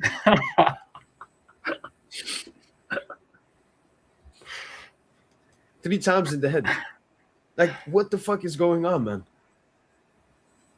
You know, in Europe, Tosin, in Europe, Tosin, farmers are protesting every single day because the disgusting executive at the World Health Organization in Geneva, Tosin, are telling them you can maximum have 10 cows because too many cows, Tosin, is bad for the climate.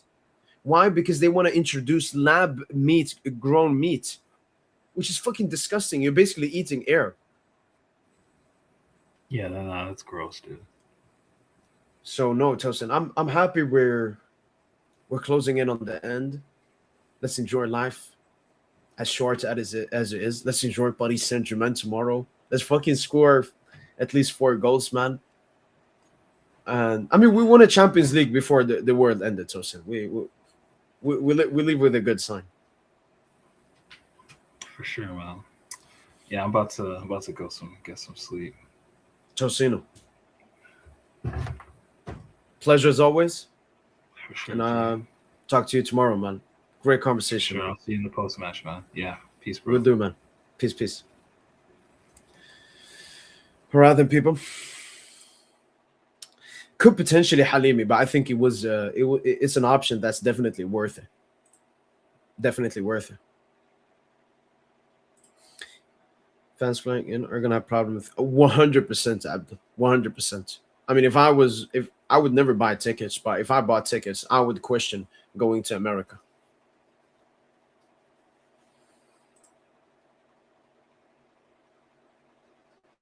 True. It would be like a true Zionistic World Cup.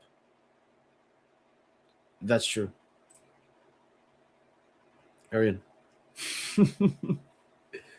No, honestly, Arian, look, this is a message to the 43 people. First of all, extreme shout out to you guys for staying and enjoying the content.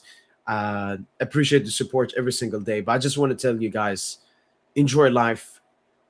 Enjoy, spend time with the people that you love. It can be your friends, it can be your family, it can be your coworker, it can be your partner, as long as it's not a homosexual partner. I don't condone that. Just enjoy life. Spend it with people you enjoy. Yeah, just enjoy life, man. That's, I've had a quote on my Instagram bio for like 10 years that I thought of myself. The quote was, "The trick is to enjoy life." Just find a way to enjoy life in these depressive moments around the world. Be grateful. Many people have no water, have no food, or getting massively genocided, like in Palestine, like in Congo, like in Sudan. So just enjoy life. Be grateful. Be grateful. search for the truth. There's nothing better than knowledge. And I don't mean go to school. That's brainwashing. Go and learn about knowledge. And I understand maybe some people don't believe in God or something, but just think about it at least. Good night, Aryan. Good night, good night. 100% Halimi. We opened up the Darj Bila, the mining in southwestern Algeria, with a new train that we just built with the Chinese. So shout out to Algeria preparing itself in these dark moments. But yeah, that's been it from boy PSG Int. Hopefully everybody has enjoyed this live stream. We'll be live obviously tomorrow with the live watch along of Paris Saint-Germain versus Lille. Hopefully Paris Saint-Germain can get the major victory we're looking for. But yeah, that's been it from boy PSG Int. Hopefully guys have enjoyed the stream, and as usual, allez Paris.